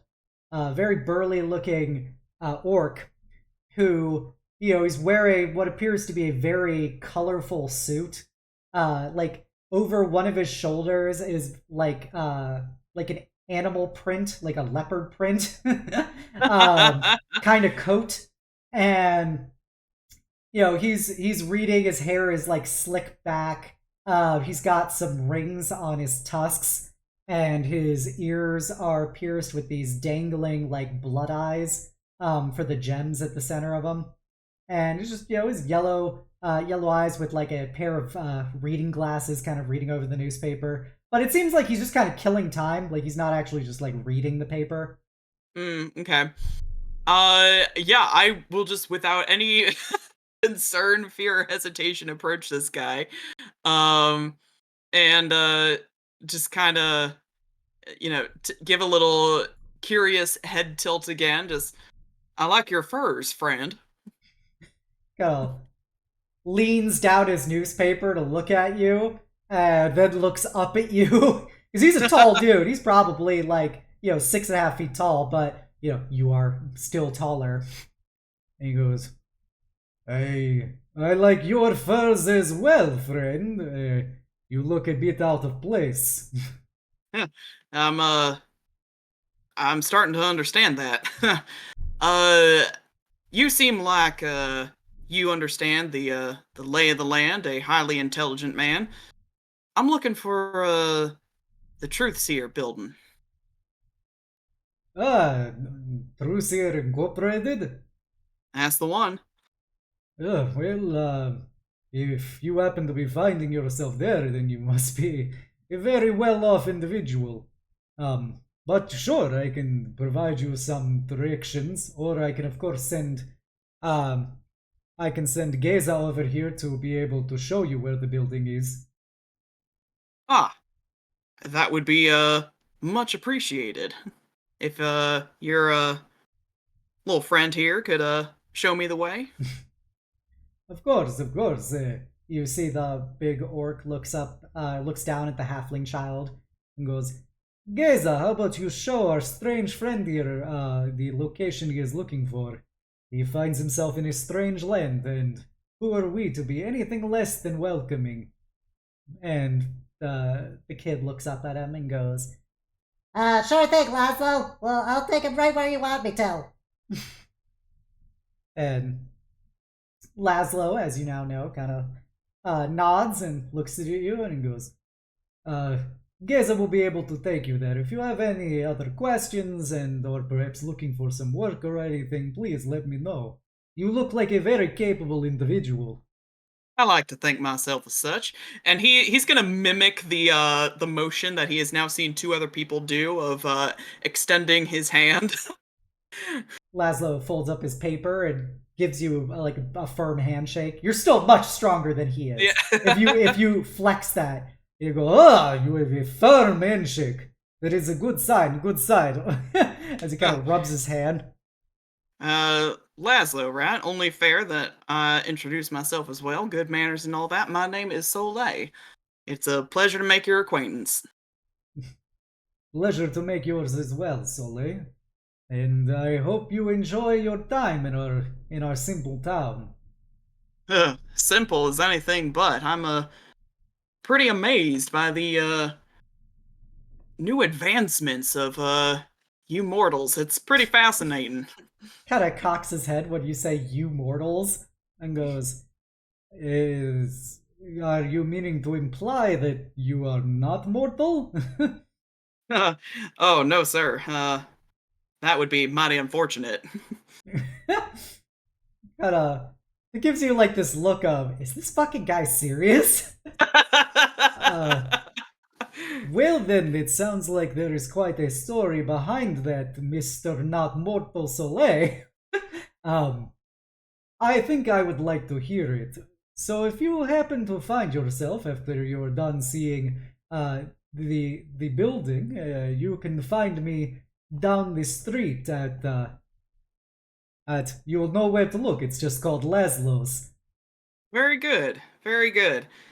Yeah, I could use a friendly face in a unknown place. I appreciate it. When I conclude my business, I'll seek you out, Laszlo. Well then, hopefully this will be the beginning of a beautiful friendship. Very good. And Geza, kind of looks up at you and continues looking up. He has to basically like fully fold over because he's probably like 2.5 feet tall. Yep, Being a yep, halfling yep. child. He goes, follow me, mister, follow me. Very good. After you. And he kind of starts scampering. And it's several blocks away. But he does eventually show you it's somewhat the much nicer part of town, where people really give you the looks.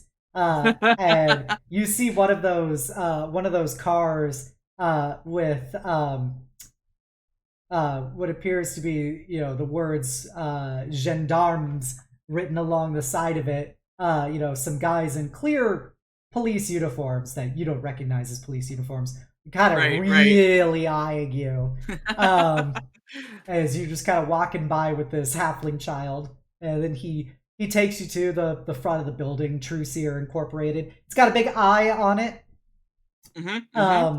A big stylized eye. It's a 5-story office building. And he goes, this is the place, sir. I hope it's helpful. Thank you, little one. Now, how do I get to the top? The stairs? All right. Kind of shrugs and is like, if you want to get to the top, you can always just walk in and take the stairs. I've never been in myself, but probably have an elevator. A what? An elevator, a lift. I'll figure it out. And Okay. he'll just give a little head pat on this child and thank him and oh, here, something for your trouble. And he's gonna rummage through one of his packs, pull out some of the deer meat and just hand it to the kid. This bloody meat to this child. Just kind of looks up, his hands are dripping with blood now. That's freshly hunted. Good quality. You take care now.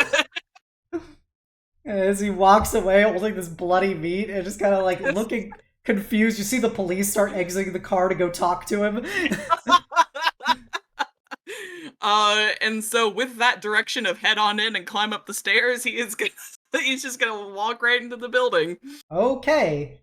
As you enter, it is a well-furnished office building. The first floor there is a receptionist desk with what appears to be several doors behind her, as well as another door that says stairs. And in front of the there's like, we'll say there's 2 doors on behind her that have buttons next to them, but they're just these metal doors with no seeming handles or anything. And the receptionist is a young dwarf woman. Her hair is pulled back into a very like serious bun, and she is wearing a little brown dress with blouse and everything as she sits behind the desk and looks up at you from her chair and looks to the left, looks to the right. There's a security guy near the door who kind of gives a nod to her as he moves next to her. I think not understanding any of these social cues, I think he's gonna take a quick glance around, see that sign labeled stairs, and go, aha, and go on over to the stairs. Sir, um, do you have business here? As a matter of fact, I do. Oh, I can, uh, talk to Mr. Banda just to make sure that you are expected, if you would mind just waiting here a moment. Oh, I'm not expected, but I got business nonetheless, if you'll excuse me. Um, the security guard puts his hand on a holster at his side, where you see some kind of like hand crossbow like thing in it. As he goes, sir, I'm going to have to ask you to please stay where you are as we get this straightened out. Okay. And he just kind of amused and just stays put, just kind of watching them with a very amused expression. And the guy kind of walks closer. He's probably about 10 feet away from you with his hand on the holster. Goes, sir, you said you had business, but Mr. Banda is not expecting you. Could you please elaborate on what you were going to see him for? I'm looking for a high elf feller. Blue eyes, sound familiar? Uh, yes, that is Mr. Banda, the High Lord Arcanist. Very good. I got business with him. You see, we have a bit of a situation. He has offended a family member of mine, and I mean to take care of it. The guard kind of looks you up and down, sees the swords at your side, goes, well, if you would please just wait here, we can notify Mr. Banda and see that this whole situation gets straightened out. Make an insight check. I'm starting to think he won't actually do that. That's a nat 20. He is definitely not going to do that. You have the strong suspicion, based on your years hunting, that this guy is 100% going to call a pack against you. If you, and he is he is aware that you have business, but he thinks you are definitely a threat and is buying time before he goes to call some militant body against you. I could see that he's a very busy individual. I can always come back when I am expected. And he'll kind of slowly scooch on over to the door that he walked into. Yes, perhaps you could wait for Mr. Banda to notify you of your presence before you return. Of course. I'd hate to be uncivil. And if they let him, he's gonna walk out. The receptionist is, you audibly hear the words police, police. I don't know what that means. I'm gonna keep walking, and I'm gonna start to a little more discreetly, now that I know that people are kind of wary of me, a little more discreetly survey the building and see if there's like what the player would know as like a fire escape or something to scale the building by other means. Yes, as you look around the building, there is a fire escape, but it does not go all the way to the 5th floor. Okay. So you can probably get to the 3rd floor via fire escape. And then that doesn't seem up to code. he's a divination wizard. He sees it coming. And you could probably, to be a bit of a, do you have athletics or acrobatics? I have athletics. It would probably be a bit of an athletic endeavor to make the remaining distance from the fire escape to the 5th floor. I like those odds. I think he's going to see the fire escape and kind of again, he's not a. It's hard to be discreet when you're giant and pink. Yep. But he's gonna try his best to shuffle in with the crowd of pedestrians that are around and mosey on over to the fire escape and start to scale it. Okay. Make a stealth check. Woohoo! 22. You do you work here? Yeah, you look, despite being a 7 foot tall pink tiefling dressed like a savage, you very much just kind of meld into the background as you work your way over to this fire escape and start scaling it. No one in the office building appears to notice you. There's probably several Excellent. dozen people in various cubicles and stuff, working away, typing on like typewriters and looking at files and stuff. But nobody notices the 7 foot tall tiefling on the side of the building. Excellent. Nothing to see here. So I guess meeting no resistance, I Yep. will go up as high as I can to the third floor, Yep. and I'm guessing there's still like windows and Yeah, stuff. yeah. So I'm gonna try to make that leap and like grab onto the windowsills Okay. and sort of hoist myself up. Okay, make an athletics check. 11. Hey, it's enough. You're not like Okay. this is enough to get you up the side. You have to real dig in with your claws kind of thing. As you get to the fourth floor, grabbing onto the windowsill. If you want to make one more athletics check. Yep. Let's do this. Oh, a 10. That's still all you needed was a 10. All you needed All was a right. 10. Beats it. Yep. As you get up to the fifth floor, and you feel a charge of magical energy as you get to the fifth floor windowsill, but it slides over you rather than seemingly reacting to you. But you do feel like as you touch this windowsill that you are interacting with some kind of magical ward in some way. Okay. The seal at your chest is quite warm. So I'm definitely in the right place.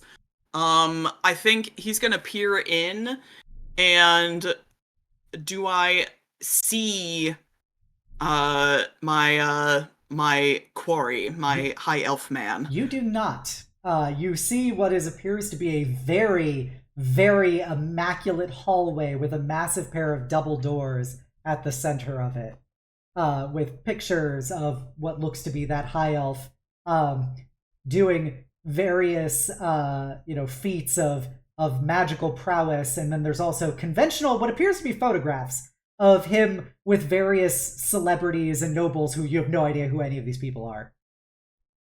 Okay. I'm assuming being on the fifth floor, it's not as easy as like sliding the window up to get in. So I'm just gonna throw my shoulder into the glass and break my way in. Okay.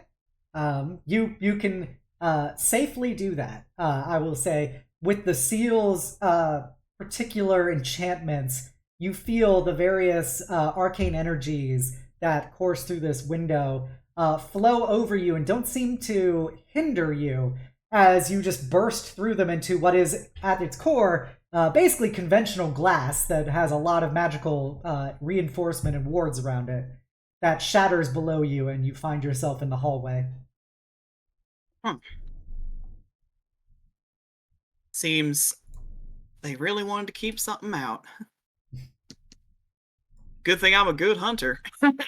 And he's just gonna kind of laugh to himself and just kind of survey the room and try to find evidence of where, frankly, like where his prey has gone. He is looking for, fingerprints, footprints, scent trails. Make a survival check. Yeah. That's a 19. Okay. So you notice there's two big steel doors like the ones in the lobby, directly reflecting where they would be in the lobby. There is no stairway up here. And the two steel doors opposite them are the big double, like, oak doors that above them say, High Lord Arcanist. And you sense through all of your animalistic senses that this place is saturated with his scent, and they definitely appear that he is probably past those double doors. All right. I think. Uh,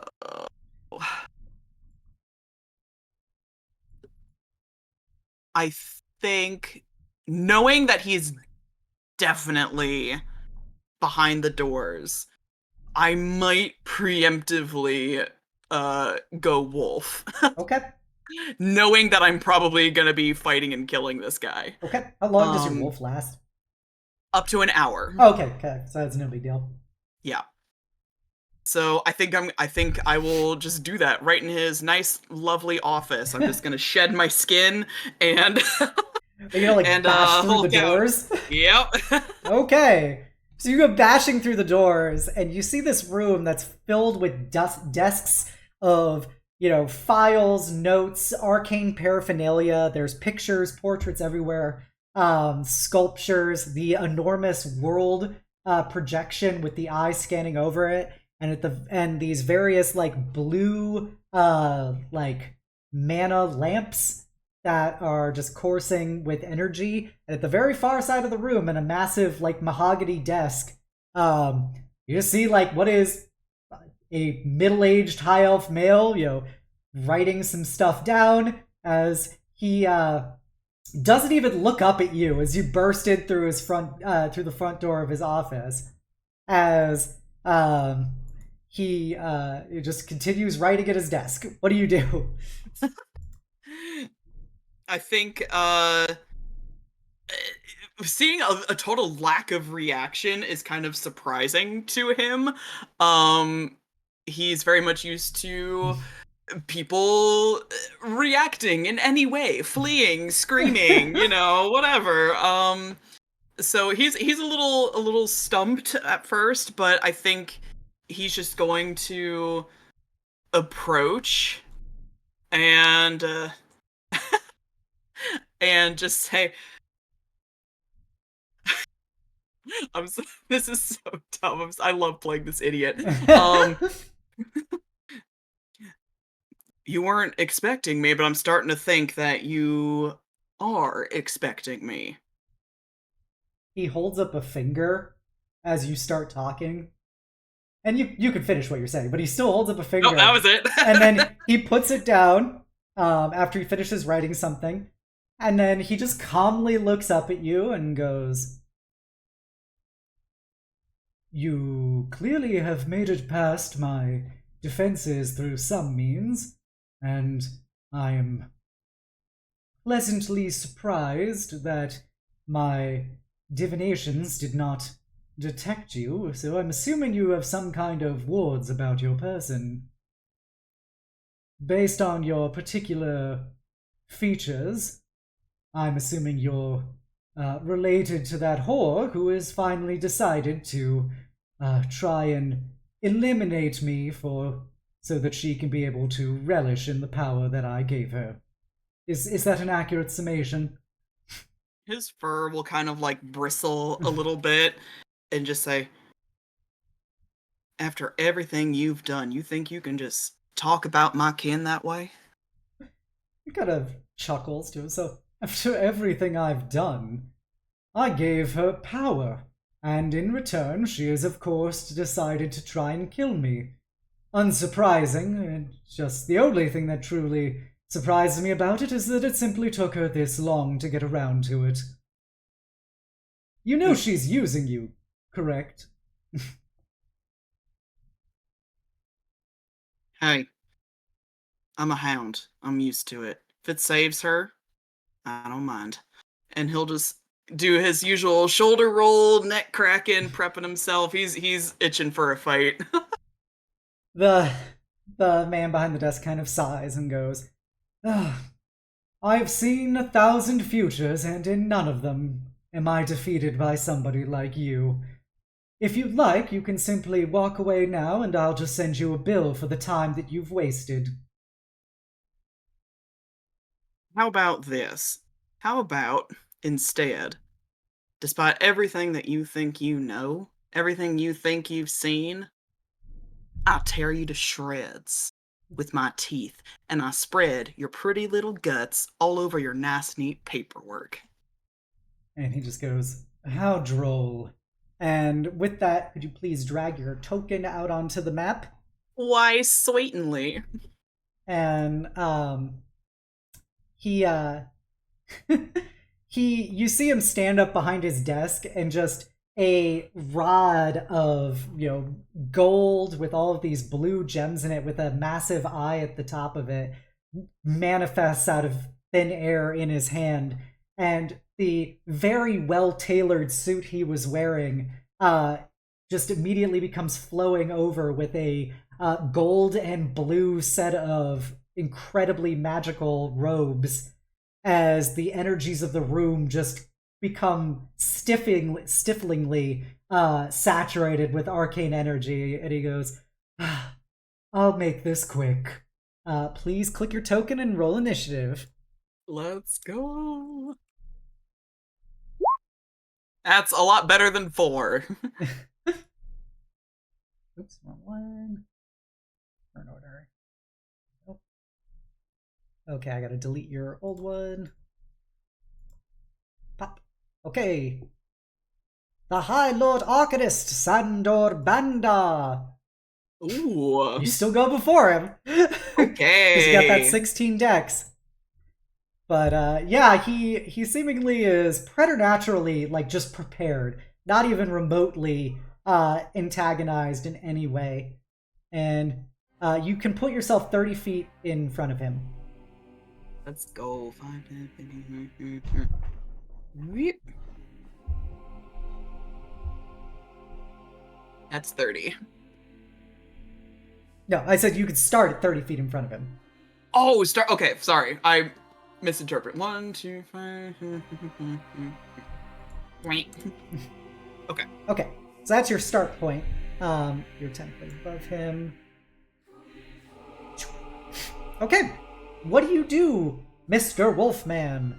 I think seeing himself get all prepped up and magic-y, I think I'm gonna do the same, and I'm going to enact my crimson rite, and with my wolf claws, just sort of drag them across my my pectoral muscles, and with the blood that flows out, just smear it on my my paws, my wolf claws. Okay. I'm gonna go ahead and roll my hemograph die.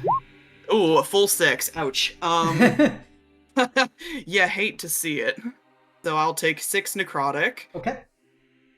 To start off, but I will now do an additional d6 of cold damage for each of my hits. Okay. And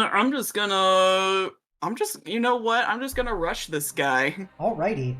I'm gonna get all up in his business, hop up on his desk, and take a swing at him.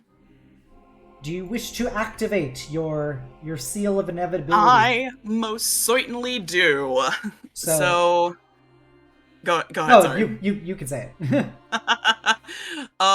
So the wielder can choose to ignore any magical buffs on the target for a round with 3 charges. So I'm definitely going to do that. Okay, so normally the High Lord Arcanist has Foresight always activated on himself, which gives disadvantage to all attacks against him. However, that is penetrated via that, as well as the pluses to AC he gets from his Robe of the Archmage and his Staff of Power. So please feel free to attack him at his unmodified armor class of 12. Nerd. That's a 16. Okay. So he's gonna take 8 slashing with only 1 cold damage. Okay. I'm going to do it again. You see him, he casts a shield spell in reaction. You just see, his form just begin to, run through a whole bunch of, Sherlock Holmes probabilities to try and avoid the attack. But seemingly, while he's mid-calculation, you just punch right through the magical energy. And he is genuinely surprised, even though he cannot be surprised mechanically. He is in play. Very surprised by Very the fact that none of surprised. this is working. And I'll go for another swipe because I'm just so delighted at seeing this smug dude falter. Ooh, that's only an 11, so that won't hit. That will miss. Yeah, I got a little too cocky. A little too hyphy. Mm-hmm. Let me just check something real quick. Okay. And that's it. That's my action and my bonus. All right. Well, in light of that, he is. You know, you dig into his slash, and there's kind of this genuine look of surprise as to, you actually attacked me. You actually succeeded in hitting at me. That's not how this is supposed to go. Well then, I've wasted enough time. And he is going to cast a Disintegrate against you. So please, make a Dexterity saving throw. No. DC 21. No, I will not. I'm gonna use one of my resistance charges. So you use one of the legendary resistances of the Seal of Inevitability. And you have 3 of those, correct? I have 3 of them. All right. As he extends forth his staff, you have this brief fleeting moment where you were almost projected into the future, like millennia into the future, and your body had begun to wither and decay before you, and your flesh begin to slough off, and your bones begin to shatter and return to dust, as you felt the idea of 73 force damage hitting you, but seemingly with preternatural reflexes, you're able to, turn that divination energy back upon itself, and are able to just simply, move in almost like a matrix dodge through time and space, and the energy just dissipates harmlessly behind you instead. And he is looking very surprised right now. How are you doing this? Well, no use telling you if I'm gonna kill you. And I'm just gonna attack him again. Okay, it's your turn again. If he's done. Yep, that's all he can do for his action. Neat. Alright. Oh, I'm rolling like crap now. Alright, so that doesn't hit. Uh-oh. 9, that does not hit. Next. And try again. 24. That hits. Cool. So 6 for 9. And I will bonus action attack again. Okay. 18. That hits. Cool. 10 slashing and bludgeoning plus another 2 cold damage. I'm going to use one of my damage charges to double that slashing damage to make it 20. Okay. You have 2 more charges of that remaining? Mm-hmm. Yep. All right. Yeah, you're you feel just that seal against your chest is just pulsing with energy as you feel a lot of it is siphoning off into your body to be able to pull off these extraordinary feats that you're doing. And I presume you used your second charge of ignoring. Yes, correct. Yes. Yes. Okay. I forgot to specify. Yes, to be able to pull that off, as you're just tearing in and parts of his robe are freezing over and shattering as he's constantly trying to channel seemingly ineffectual magical defenses, and he's perplexed as to why. But he will, try and rally this. He is going to, he's going to look at you, and he will extend his offhand out towards you, and will yell, "All right, enough of your tricks. Time to die. Time to see your own death in front of you." And he is going to cast Finger of Death on you. Please. No. No. No, he's not. All right, so you use your second legendary resistance. So that means you're going to take half damage on this one. Okay. So that's 57 necrotic damage, which will get halved to 26. No, 28. Gets halved to 28 damage. Do you wish to take that, or do you wish to use your second charge of half damage?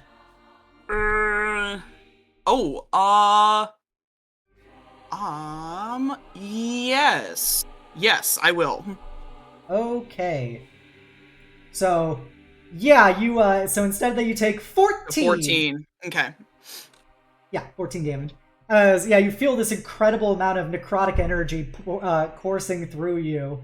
But, you know, you're able to basically summon this magical kind of barrier around yourself that just dissipates and flows off so much of the energy to go somewhere else that you don't know. And he looks very confused, but he does notice that parts of your skin are beginning to wither and decay. So he goes, so you can die. That's refreshing. It is your turn again. Alrighty. You use your last round of ignoring defenses? Oh, I guess so. Here's just hoping I actually hit this dude. All right. I'm gonna use my last round of ignoring all of his magic nonsense. Yep. I'm gonna try to maul him. 24. And just to clarify, the double damage is for your total damage for an attack. Oh, so you I did 2 see, points more I damage. see. Cool. You do hit with the 24. All right, so that's a 15 altogether slashing plus cold. I'm gonna double that. Okay, so that's 30. Mm-hmm. Okay, he doesn't like that. Good. And I slash him again. 20. 20 hits through his defenses. 6. Plus 4, so another 10. Yep. And bonus action, one more. Another one. He's looking real messed up. Good. 16. That hits. 7 plus 6, so 13. I'll double that too. Oof. So 13 times 26. 26. Yeah. So it's 108 total damage. No big deal. No big deal. As you have burned through a significant amount of the energy of your seal of inevitability, Meris, if you theoretically had a limit break where you could finish off an opponent in a way of your choosing, what would you do? For this particular gentleman. I think Soleil would be really peeved by this guy's smug-ass face. And so I think he would just leer forward, jaws snarling, and just crunch his head. And just with a sickening snap of his neck. Oh, so you use your massive wolf claws to grab his shoulders as he's trying to lift up his staff to defend himself from your barrage. And the look of confusion leading to probably fear for the first time in his life, as he did not, in fact, see this one coming. As you take that big bite, almost unhinging your jaw like an anaconda as you rip off his head.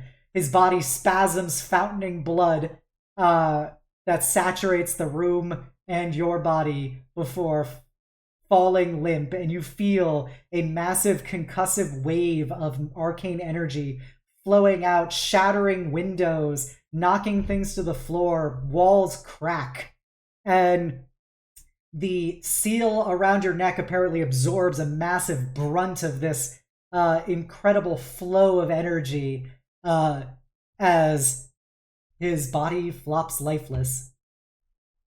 Oh, spit the head out. He's gross. And just, whew.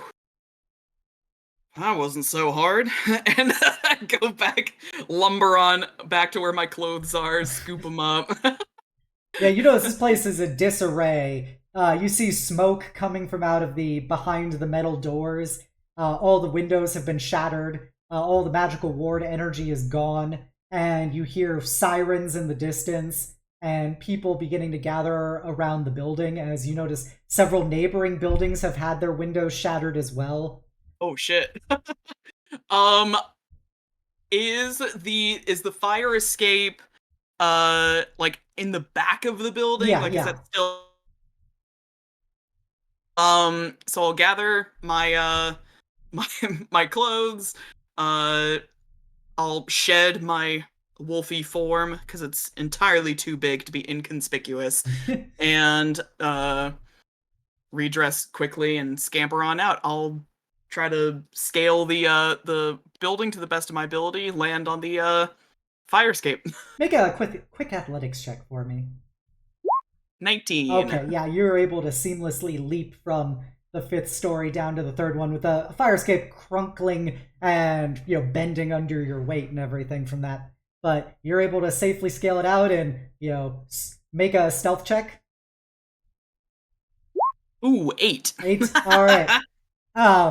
In the great hubbublub of people gathered around this building and the sirens coming, you see that some of the police are talking to that guard that you saw in the lobby who's like ran outside, and as they're chatting and stuff about it, he looks over at you, slinking away, and points, and the cops are like notice this and start trying to they draw their pistols and are trying to move their way through the crowd, but the crowd is too heavy and you were able to dart behind various alleys and stuff to get out of there.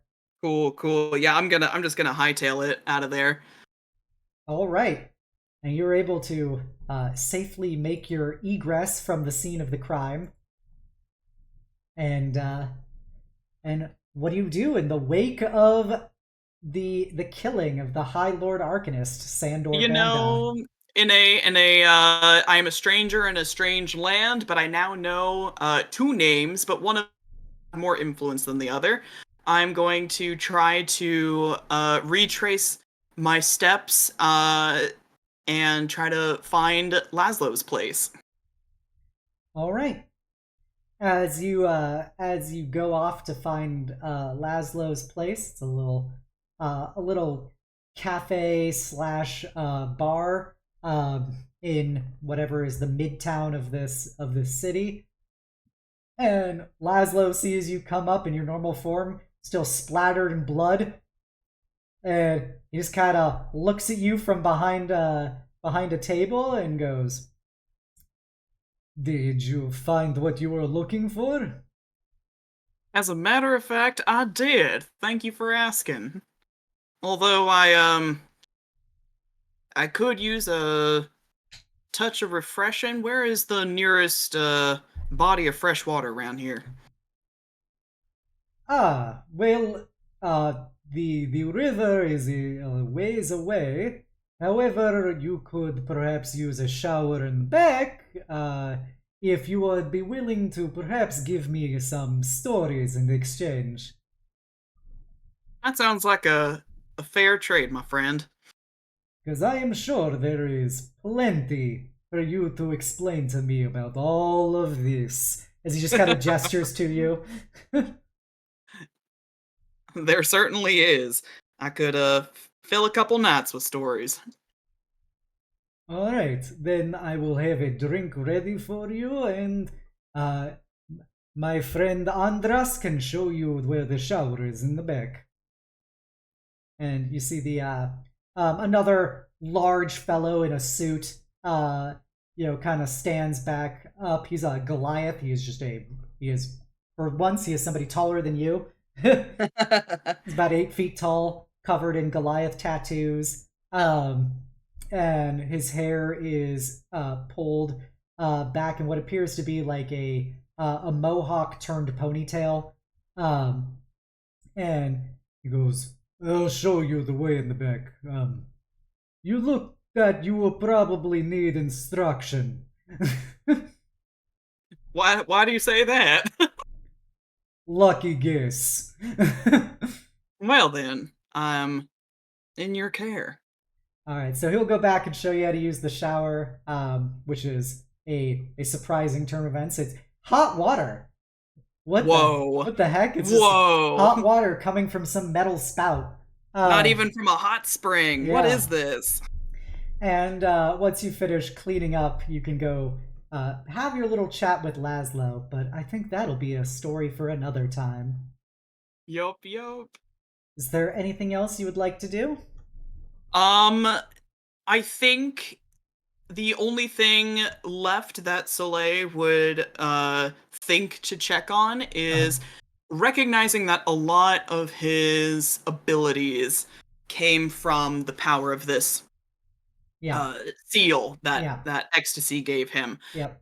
Am I still feeling that, the surge of power from it? Does it seem like there's any sort of connection to her to recognize that one of her villains has been Mhm. taken care of?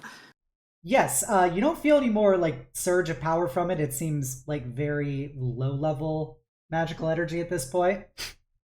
Um, However, you do see that there is now a gem in it that is lighting up a very like almost see-through crystal, and you feel like every so often you'll move your head a little too fast, and you'll feel like an almost preternatural depiction of something about to happen, like with how you're moving before it does happen.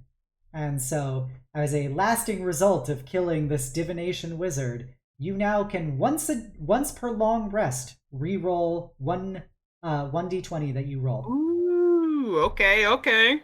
Yep. Excellent. I think, yeah, satisfied with his work done thus far. He is going to enjoy a night of drinking with Laszlo and regaling, adventurous tales of the hunt and some body stories of revelries, and probably flirting with the Goliath throughout the night. Excellent. So, Excellent. That's what I love to hear. Um, yeah, and with that, you've made a friend, you've made a connection, and perhaps he can start you off on the next little leg of your journey. But excellent. those are stories for another day. I hope you had fun, Maris. I had so much fun. Oh my gosh. I- What a delight. What a treat. I'm glad we were finally able to do this and get Soleil out there. We got to throw down some dice for the first time in this campaign Yeah. and see our boy in action. You love it, love it. Well, that'll be it for our origin session here tonight. If you want to see more of this, we've got 2 more origin sessions ready down the road. The next one is going to be for our hobgoblin artificer Feng Chen Wong. So stay tuned for that. Should be very exciting. And then Yay. if you keep liking this, definitely watch the campaign itself when it airs. When all these wacky people find themselves in the same room together, I'm sure only hijinks will ensue. Imagine. Imagine. All right, everyone, have a great night, and we will see you soon. Bye. Bye.